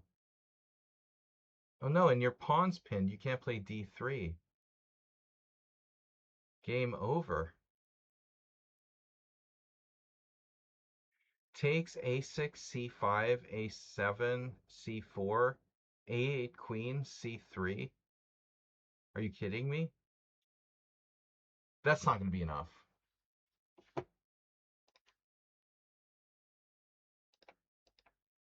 That's lost. That's funny. So he plays this, and now you're better. g4, d5, but, you know, realistically, I think you should get your king in the center. First things first. It was just time pressure. Okay, interesting game. I don't understand why you guys were leaving the queenside tension so much there. Yabata sent me this game. I don't remember. It's just a good game by Kiraz, I guess. Kiraz, 1970. One of the strongest players in the world. And the interesting thing, a player I don't really know, but his like, you know, they had the photos of all the great Hungarian masters at the Hungarian Chess Federation, and you can see like these old historical photographs of the players from the, you know, the 50s and 60s and 70s and even older. And Daley Pater is one of these players who's like an IM. I believe he was an IM. I don't think he was a GM, but like Hungarian champion probably, like a strong IM. Played Kiraz here in 1970. Let me check. It was played in Austria, European Team Championship. You know, so if they're fielding Daley Pater on the Hungarian men's European Team Championship, then he's in the top, you know, like 8 players in the country, which is very strong. I'm not sure about his history. He might have died young. All right. E4, C5, knight F3, knight C6, D4. Kiraz is white. Almost world champion. For those of you that don't know. Kiraz never got a match for the world championship. This is a Marazzi, which I think is interesting because honestly, Kiraz, in my opinion, is a player that would probably be better suited for playing knight c3 here. Better suited for playing okay, whatever. I mean, he's universal, but he's an attacking player. I don't think the Marazzi's great for attacking players. Go watch the World Cup. I know we're going to lose viewers due to that. Slaggy or World Cup? The answer is obvious. So Kiraz was D4, E4. He played both, you know, universally, like Spassky. Okay, knight C3, knight D4. So this is Gurgenidze variation. Queen takes D6, bishop E2, bishop G7. And now, normally white plays a host of moves here. Bishop G5, Queen D3,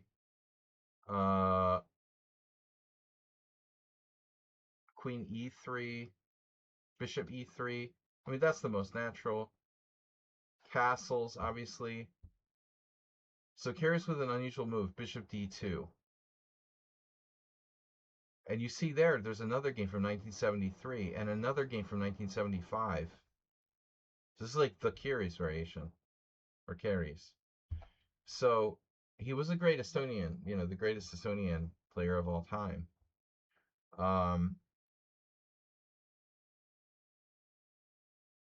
Although, you know, obviously in those days, Estonia was part of the Soviet Union. Bishop D2, with the idea of the queen retreating back to one of these squares, having lateral mobility, castles, Queen E3, and now I've played Queen B6. That's recommended in some sources for these types of positions. But his opponent, Daley Pater, playing another semi-natural move now by black with knight D7. But what exactly is black's plan here? I mean, I don't think the Kiraz is going to do anything crazy like H4, but he does. But you know what? To be honest, Daley's move encourages it. If Daley hadn't played knight D7 here, I don't think that Paul Kiraz would have played H4, you know. The truth is that if black plays a natural move, I mean, what? like bishop e6. See, against Hug, he castled. This is a totally standard type of position. So Black encourages carriers to go postal here with h4, but it's probably sound after knight d7. The question becomes, like, what happens with White's king? Do we leave it in the center? Do we castle, king side, queen side? Knight d7, very dangerous. And then this is, like, super dangerous, dude. You gotta be kidding me. Have another pass the bomb. You know who you're playing against, right? Maybe this guy had a little too much Palinka during this game. If this was my teammate and my teammate's opponent was Paul Keres, I would be like horrified right now. Yeah, this is extremely dangerous for Black. Weakening the king on this diagonal. Already there's h4, h5 threats. He takes f5. Sometimes you take with a piece, but usually with like a bishop, not with a rook. Black takes with the pawn. e6 is weak. Nothing we can really do with it right away. There's f4 for Black. But that will also further weaken the light squares. So I'm half expecting White to play h5 now. And I imagine it's not a bad move. But instead he just goes knight d5. Presumably this is good. Simply attacking e7. Yeah, and so Black plays e5. So how bad can it be, right? h5, maybe Black can play h6. So check this out. This is interesting. I haven't seen this game. Queen a3. Attacking the d6 pawn. On first glance, it doesn't look like that big of a deal. Black can play knight c5. He's blocking the threat. His knight can pivot over here. It looks okay. Yeah, you don't want to go to like f6, do you? You could go to f6, allow bishop e4. It's a possibility. There's also bishop g5.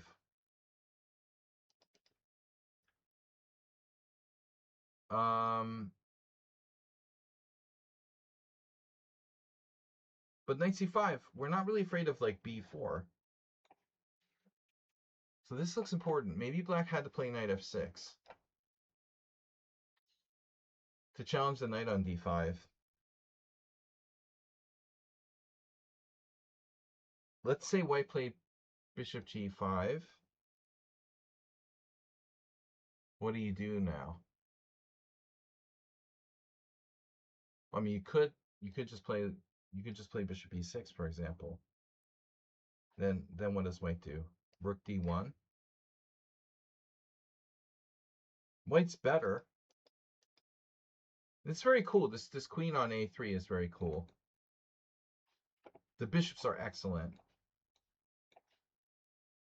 The white pieces get in the game. He's very good with pieces. Knight c5, bishop g5, and this looks like a problem. The e7 square. And that's why knight f6 might have been better. Queen d7, castle queenside. So now there's tactics like queen takes c5. I mean, I'm surprised he hasn't played h5. Knight e4. So the dark square bishop's under attack.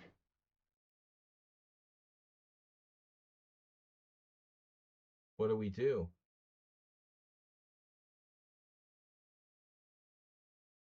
Outside the box game by White. Not obvious. Not safe. The king is not overtly safe at c1. Queen e3, h6 appears to sacrifice a pawn, but Black has his fork at the end on f2.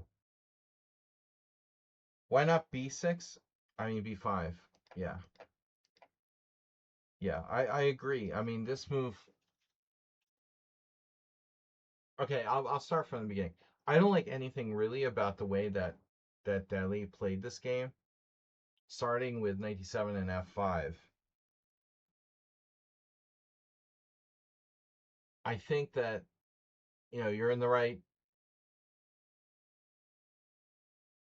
ballpark.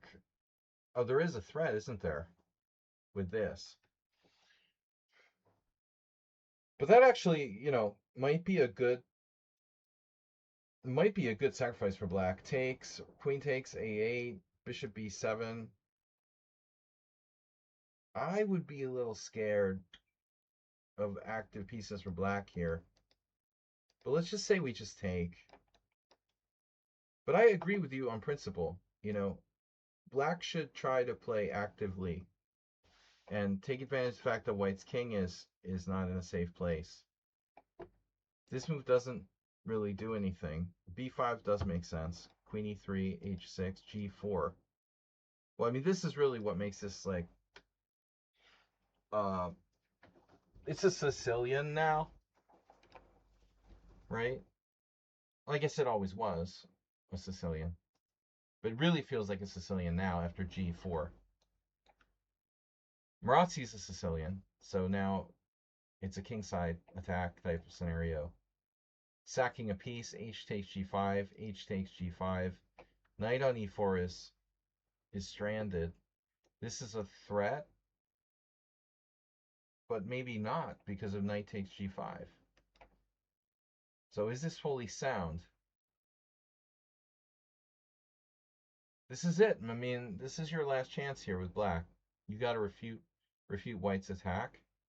I would think queen f7. Maybe the point is, what, f3? f3 is bad.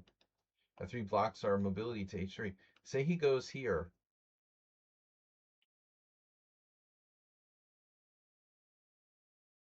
We have g6. g6 is over. Oh no. Oh no.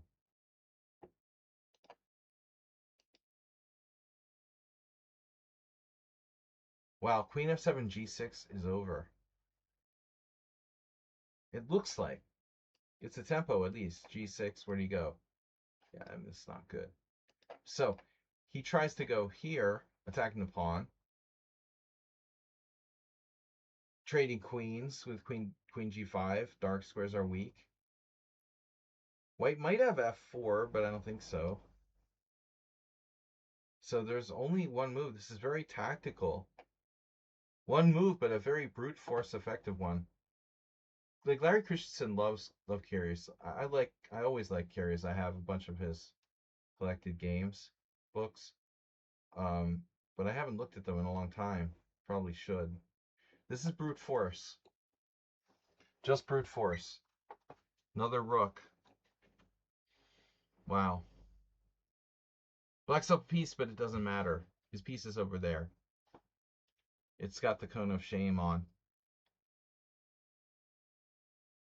So it looks like it's over. The knight on d5 is a killer.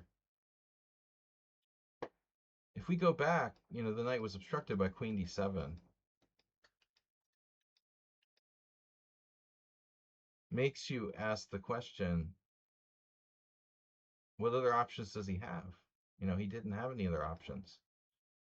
e8, knight c7. The bishop could never move. But yeah, b5, bishop b7 would have been better. This is a great piece sack, though. Rook h5. Now black's lost. Clearly he's lost. And I would expect something along the lines of, well, g6, basically. Doesn't g6 work? It's possible that black could try some sort of desperate, like, blocker defense. That's not going to last, is it? That's got to be the only try, though. Let's see. It's holding. It's holding. It's the only move. It saves black. Unbelievable. So g6, rook f4 saves the game. So white to play and win. Is knight f6 check anything? Maybe. Bishop d3. He plays b4.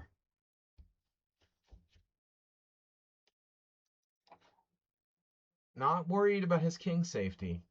I wonder why. It's remarkable, isn't it?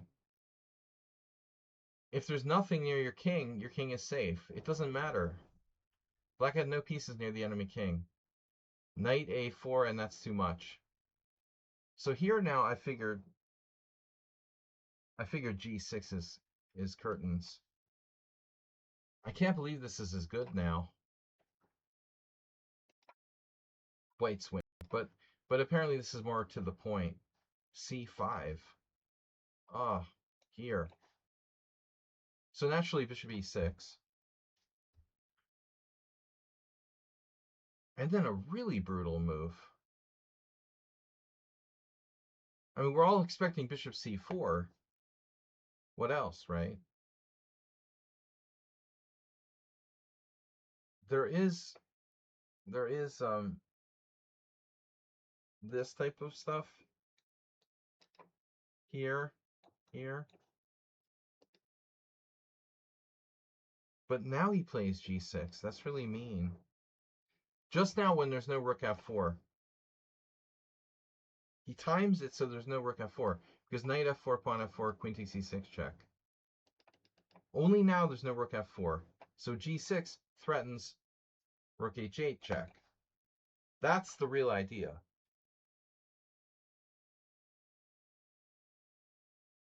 What a brilliant mechanism with the pieces. Bishop d5, rook h8 check. Yeah, we saw that. Classic tactics puzzle. Beautiful. Rook h8. And now queen h6 is allowing queen g5, giving the queen back, I assume.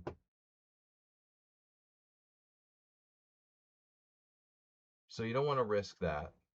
You sack another rook. And then it's mate. Beautiful game. All right, thanks for sharing. Ubatis. Now, we have 3 more games. The Panikin Skywalker against Lavru Shah. Nimzovich Gambit of the winnower. I'm sorry, not winnower, but advanced variation of the French. So this is one of Nimzovich contributions. d4, d5, e5, c5, queen g4. And the idea is that we want black to take on d4, and then we'll normally blockade that with bishop on d3. It's a great weapon against weaker players, especially. Expert French players, not so much. I mean, first of all, black doesn't have to take on d4. I'm not an authority on this. I've played it in Blitz.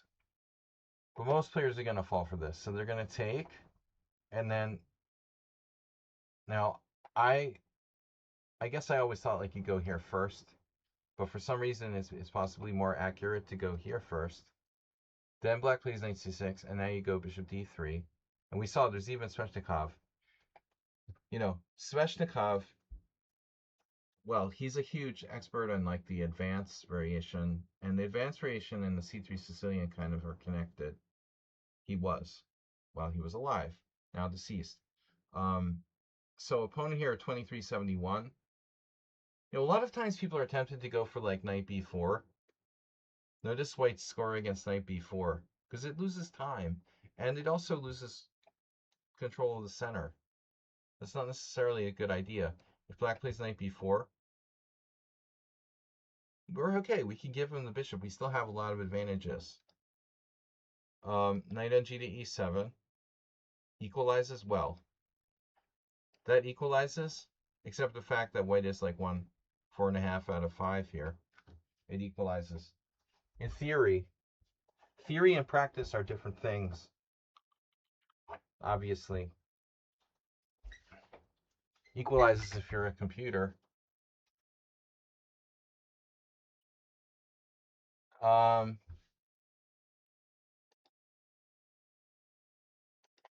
So he plays this.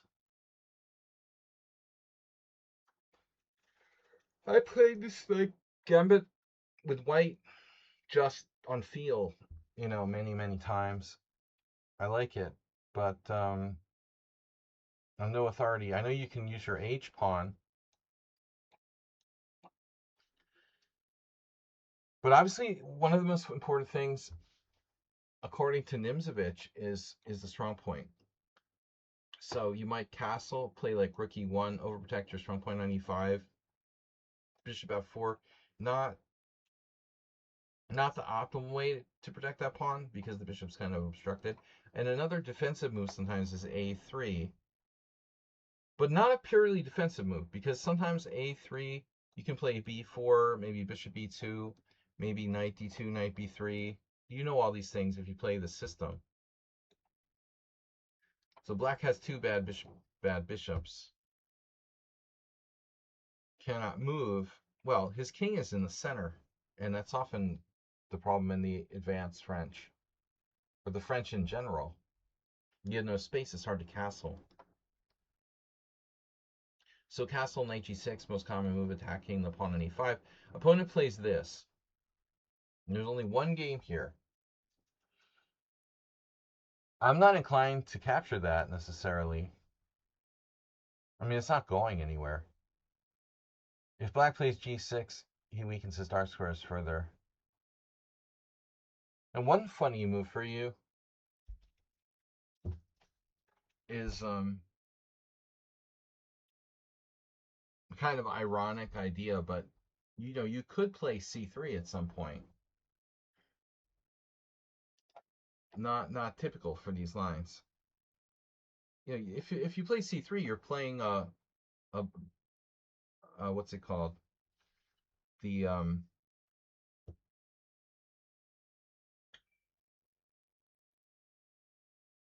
dementia's kicking in. The Milner-Barry. It's a kind of Milner-Barry.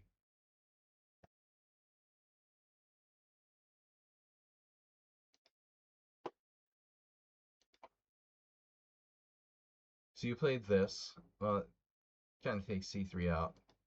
h5. Opponent's spazzing out now. And someone here played queen h3.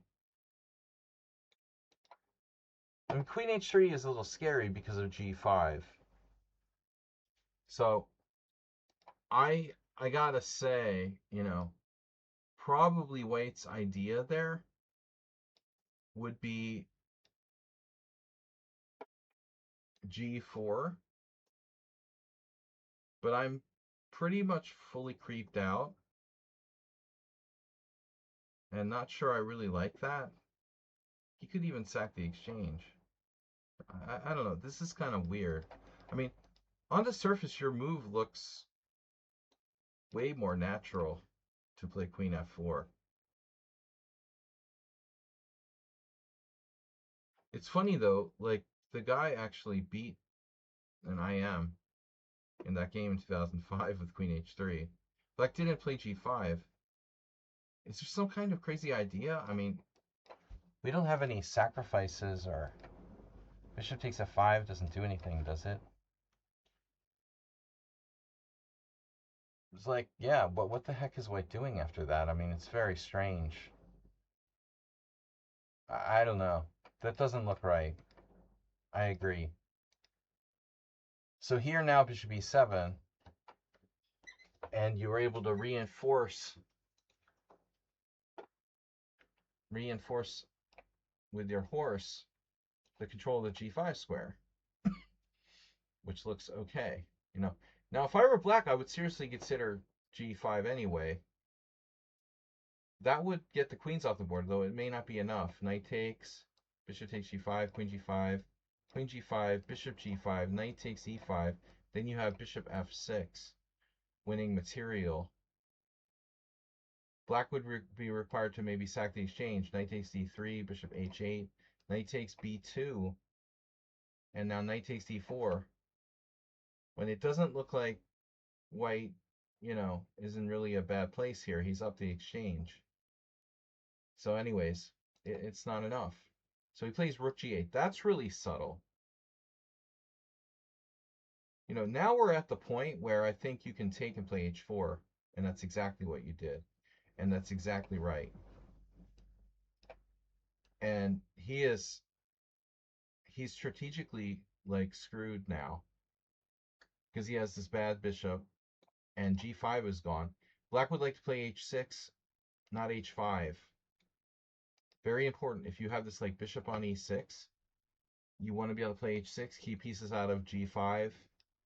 So you've got a very good position after this. Only question I'm wondering about is like bishop takes h4. You just take with the queen. Yeah. You just take with the queen. So bishop e6 now.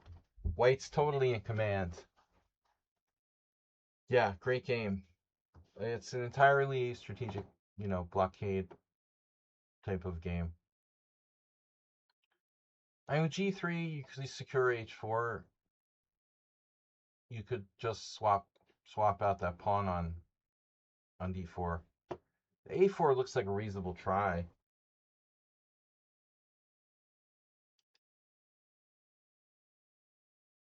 Now you decided to take, but I'm a little bit confused. So instead of a4, I mean, if you could take now, and you were going to take now, you could just take now. Why wait until he plays rook c8? So knight takes d4, knight takes d4. Obviously, this is an issue, which we'd rather not lose the h-pawn. So I mean, I don't know exactly how we want to do this, in what move order. I was actually thinking about g3, securing that first, say then if rook c8, but you're always going to be facing some kind of weird counterplay, like he might get in g5 or something. I don't know that that's enough, but I mean, it's something. He doesn't really want to trade this bishop off, but maybe he gets in some kind of crap with like h4. So anyway, a4 looks a little odd, rook c8, and now you take, now he takes, now you take, and now he takes. And now you take on f5. And that could have happened in the previous position. But, this position is a little bit odd. But at the end of the day, you wait until he played rook c8. He can't castle either side. He can no longer castle queenside. I don't know if that was a thing. But whatever happens, I just don't think that black is quite okay. Now he plays g5. That could be a tactical problem. But fortunately, you have queen f3. Now he goes g4. You can go back. No, you can't go back. You have to go to d3. Okay, d3. And now, that's fine and good, but you're still better. You're threatening knight d6 check. So he goes back to e7. 1, 2, 3, 4, 5, 6 each. Black's king is still not safe, but he's staying alive. I didn't see anything you missed. Anything clear. Feels like black has just enough counterplay to kind of hang on here. You gave him just a little bit too much counterplay.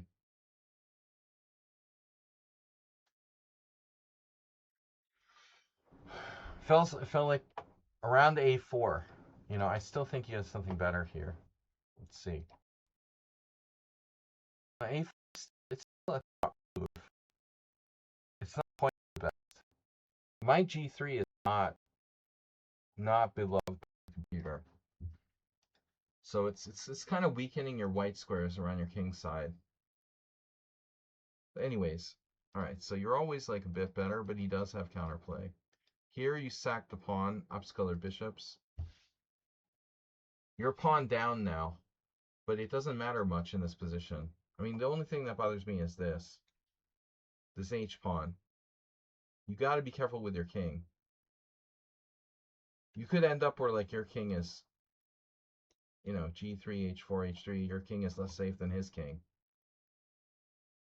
So how do we secure it? I mean, g3 with the idea of bishop f4.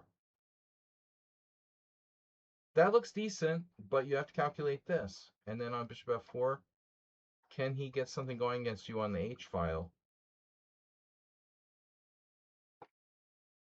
In the game you played rook e1. Okay, that's a good move. That's a very good move. Still nothing concrete. A6, B3 with idea bishop A3. That's another great move.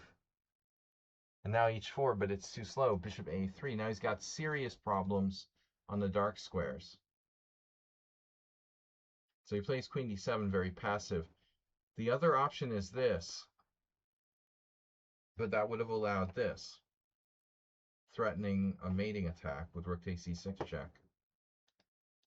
So he's forced to play defensively and looks really bad. Now I would expect you to play rook D1. Obviously you don't necessarily want to trade queens.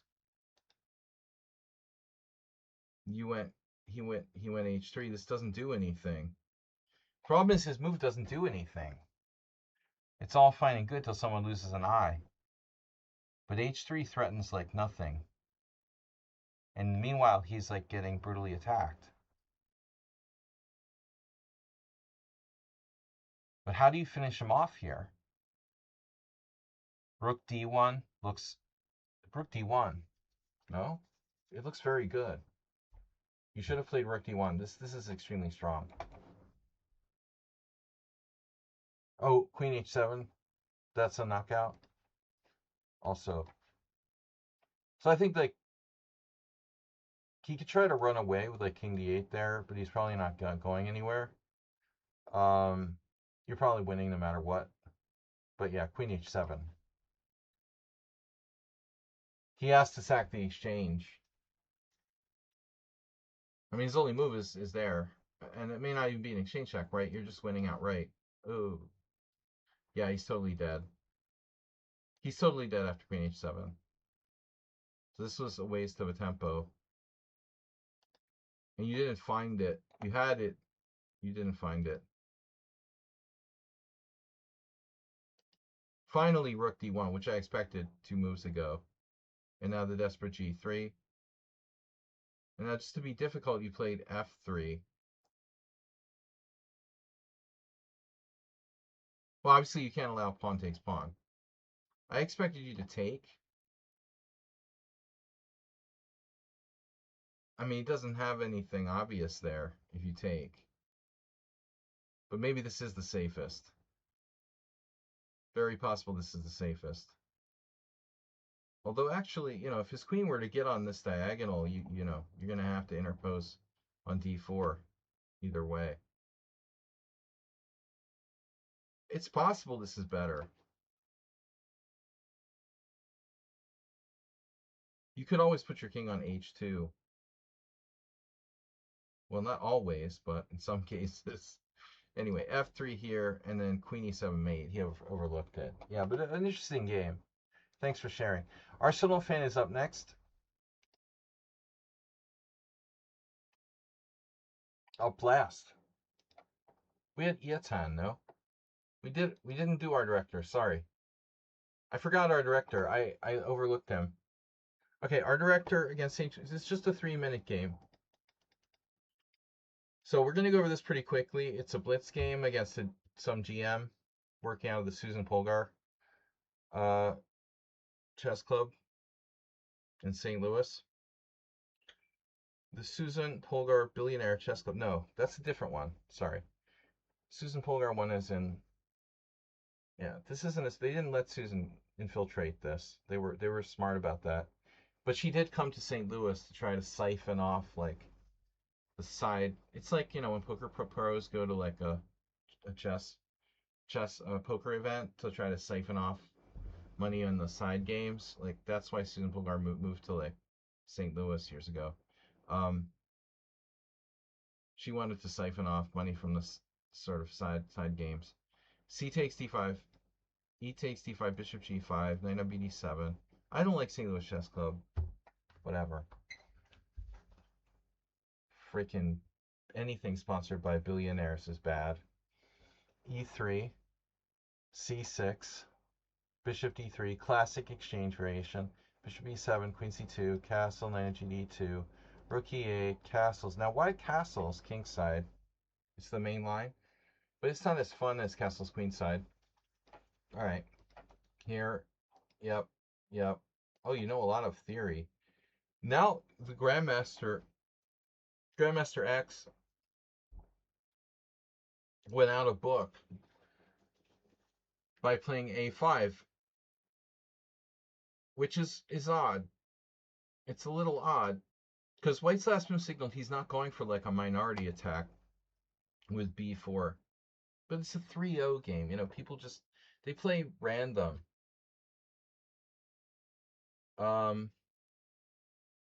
Rook ae1. It's signaling a central play. Actually, this rook is oftentimes better on d1 because if you intend on playing f3, it's this pawn that needs to be supported. Often cases. So it's not easy to say where you should put your rook. You can see there's games with rook d1, rook ae1, rook b1. You know, if rook b1, then a5. But a5 is weird to play here. And you played a3. You're like, that's silly, you know. He just made a random move. Now you're reacting to his a5. But what does a5 do? It's nothing. He played a move that's not appropriate to the position. You shouldn't react with a3. His move has nothing to do with this position. You should go in the center, probably. I mean, f3 is the normal plan.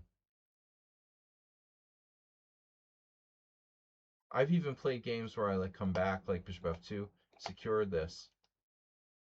You know, maybe a3 is a bad move, but you know, it would have been played in a different order of moves normally. b5, yeah, it's anti-positional. This is really ugly. It's just a blitz game. The guy's kind of messing around. f3, and now g6. Okay. So with g6, sometimes black has knight 96, knight g7, knight f5, or knight 96, knight g7, bishop f5. This is not an unusual plan here. I think your rook, again, at d1 secures the d file in case you try to play e4. Your d4 pawn has to be protected. Sometimes king h1. You played bishop h4. This is also, as I said, a good idea. Knight e6, bishop f2. So interestingly here, there's two games where grandmasters played black, and the players with white were weaker. But b5 on the queen side, it's pretty weird. You know, I don't trust black's position. It's very artificial what black's doing here. White should be better. Bishop f2 makes sense to me. That's what you played. And now Rabiega played bishop a6. I remember playing blitz games with him on ICC. He might have only been an IM at this time. I think he became a GM eventually. It doesn't play that much now. He's like my age, probably. German grandmaster with a Portuguese name. Bishop f2. Bishop a6, I would say, does look like a decent move. Your opponent played b4. And, well, I guess his plan is to play bishop a6 anyway.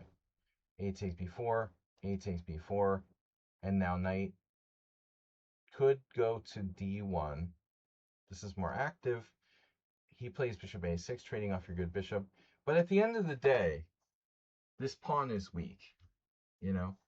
And I think that's the problem with black's entire plan, you know? Like, expanding on the queen side with a5, b5, and stuff, it feels kind of reckless and loose.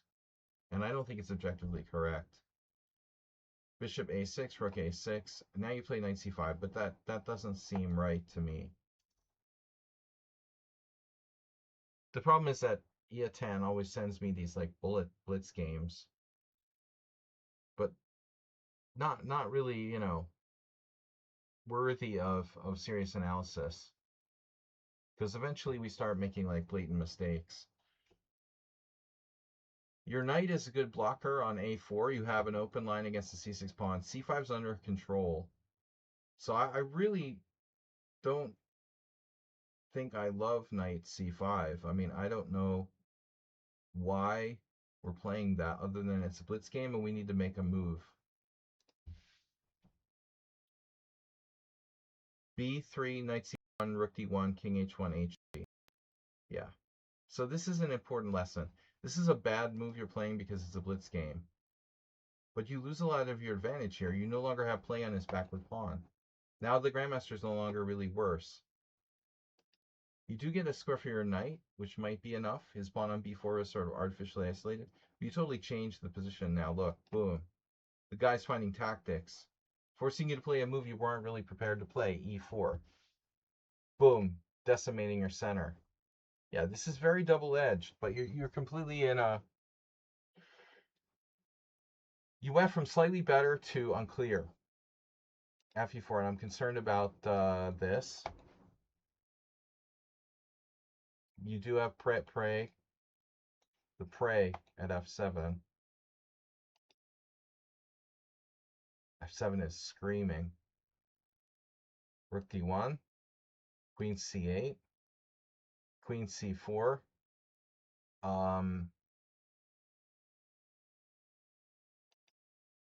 So c5 is triple attack, but you have f7. So he has to defend. And they eat his pawn. But probably he has compensation. Rook b5, queen c3. And now bishop f8. So he's down a pawn, but he's a grandmaster. He has good technique, and this is your extra pawn. I mean, all of your pawns are sort of vulnerable. Whereas blacks are very compact and back. So ultimately, you're not really better. I would think like h3, keeping the knight out of g4. b4, okay, h5, now definitely h3. Why don't you play h3? This is such a good prophylaxis. You're putting your pawns on light squares. Queen b3, threatening f7. Queen b7, attacking b4. Rook b1, passive. Rook b8. And now knight d4. And you're going to have to trade everything now. Trade, trade, trade, trade, trade. Bishop takes e5. So you have to play bishop takes c5, bishop takes c5, knight takes c6. And then like bishop d4 check when you might be winning. But that means it's a blitz game. Bishop takes c5, knight takes c6. Oh, he has c5. Okay, so it's a draw. Rook e4, d5, e5, rook c1, rook e7, c6. And if c6, you overextend your pawn. Anyway, it was a draw. All right. It should have been a draw, but you lost on time. Okay, final game. Panikin Arsenal fan watching the World Cup. Enjoy the World Cup. Everybody left to watch the World Cup. I have 3 viewers because of the World Cup. Okay, Arsenal fan, here's your World Cup game. Thanks for leaving to watch the World Cup. You guys suck. By the way. You're playing black. It's a Steinitz. Very solid setup for white. The bishop can actually preserve itself. Yeah, so this is like a main line. You know, could you have swapped pieces there? I mean, this seems like a sensible thing to do, man. To be honest, Arsenal fan, you're playing a title player. You're playing the Steinitz. You're supposed to trade pieces. Black is undefeated in 6 games here. Even Griezmann played this. Oh, no, sorry. He's not the football player. Who's your pick for the World Cup? France? Anybody? France? Bishop f1? Belgium? So it looks like bishop f4 is white's best. But Arsenal fans should trade pieces in the Steinitz.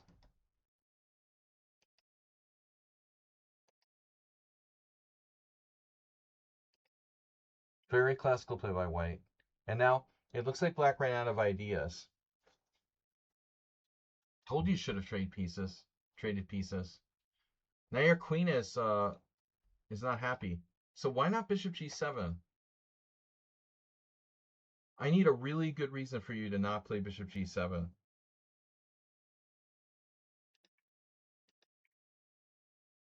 This is dubious, man. I mean, a lot of people are just going to stuff you with g4 there, but he doesn't care.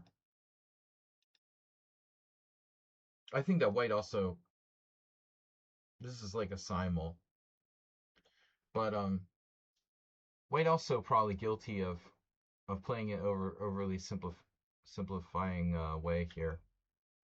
But I see he might have stuff against f7. Some sort of bishop c4. Knight h5 feels absolutely wrong. I really don't understand why you don't play bishop g7. This is such a weird, provocative move. And now bishop c4. Looks like white is clearly better. Maybe you have queen f6.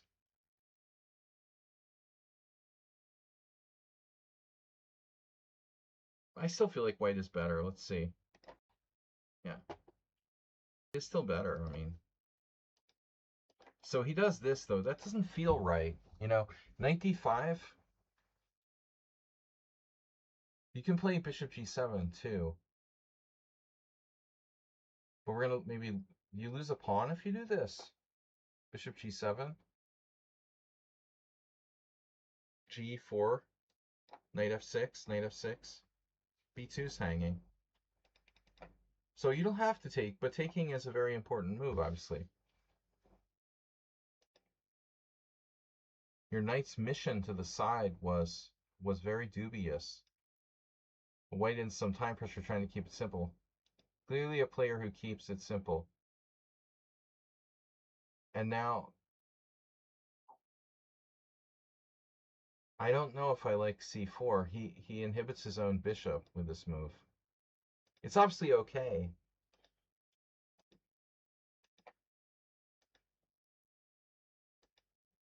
Now a lot of dark square weaknesses. I'm starting to like black. I feel like, yeah, white's solid and trying to play solid the whole game, but he's... Now you have bishop c3. You just got to not hang your h-pawn. You should play h5, I guess. The white can try g4 like Karpov. Yeah, I think here, you know, this is a serious move. With the plan of bishop c5, bishop e4, bishop c5. The only problem is after rook here, does he have bishop takes h6? And if that's the case, you have to play h5. And I'm not that afraid of g4.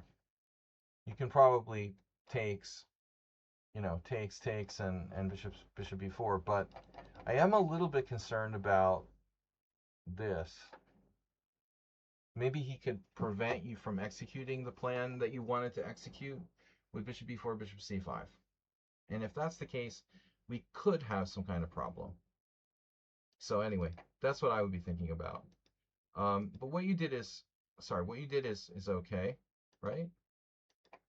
Rook e7, yeah. And black is comfortable. Probably a draw. Now he threatens like this, but his c4 pawn is weak. Yeah, that's very awkward. Oh, mate. Wow. And now you're threatening rook here, rook here.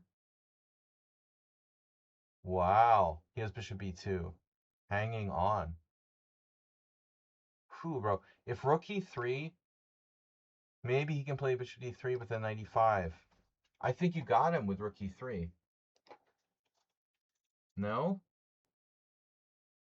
It's really close. How does he defend after e3? Bishop c1. No. Bishop c1, knight h6 again. Here. Bishop 4 on your knight. Knight 5. Now he snaps your pawn. And then a pawn. You're better. You tried 95 instead. Okay. Here. Oh, you have knight d3. Beautiful move. White's hanging on. Knight f4. You got the dark square. F5. Keeping e4. This is probably a mistake. King h7, mistake. Go ahead and play f5. I guess he's paralyzed. Accelerating in here. This way you're kind of stuck. Your king's not going to do anything on h7. Ultimately, just play f5. You end up doing it anyway. Yeah, white's going to get a draw here, but you win against a human. Definitely. You have rook e2, but it's no big deal. That drops a piece. Yeah. He played very safe this game. Now c5 is crazy by c5 is like a losing attempt. Arsenal being Arsenal fan. We're seeing a structure. Always a balanced structure. Opponent has two bishops. Bishop e2, a5 here, d4, and yeah, you're lucky you're not worse after isolating your own pawns there. Play very solidly. This is a bad decision by white. Never ever trade, but he was frustrated by the bishop on g3. He did a good job. Trading rooks would be like, hey, maybe he saw this, he didn't like it. Like takes bishop e5. Yeah, he's right not to. Actually, this is scary. He could totally lose this. He didn't like that, so he wanted to go for k1. So instead he kind of played bishop e1, but you're better now. You should absolutely trade bishops, and that's exactly what you didn't do. Bishop e5. You're still a little better. Good game, Arsenal fan. Draw with F. I'm International Master William Pascal. Enjoy the World Cup. I'll see you guys whenever I see you, maybe tomorrow. Bye-bye.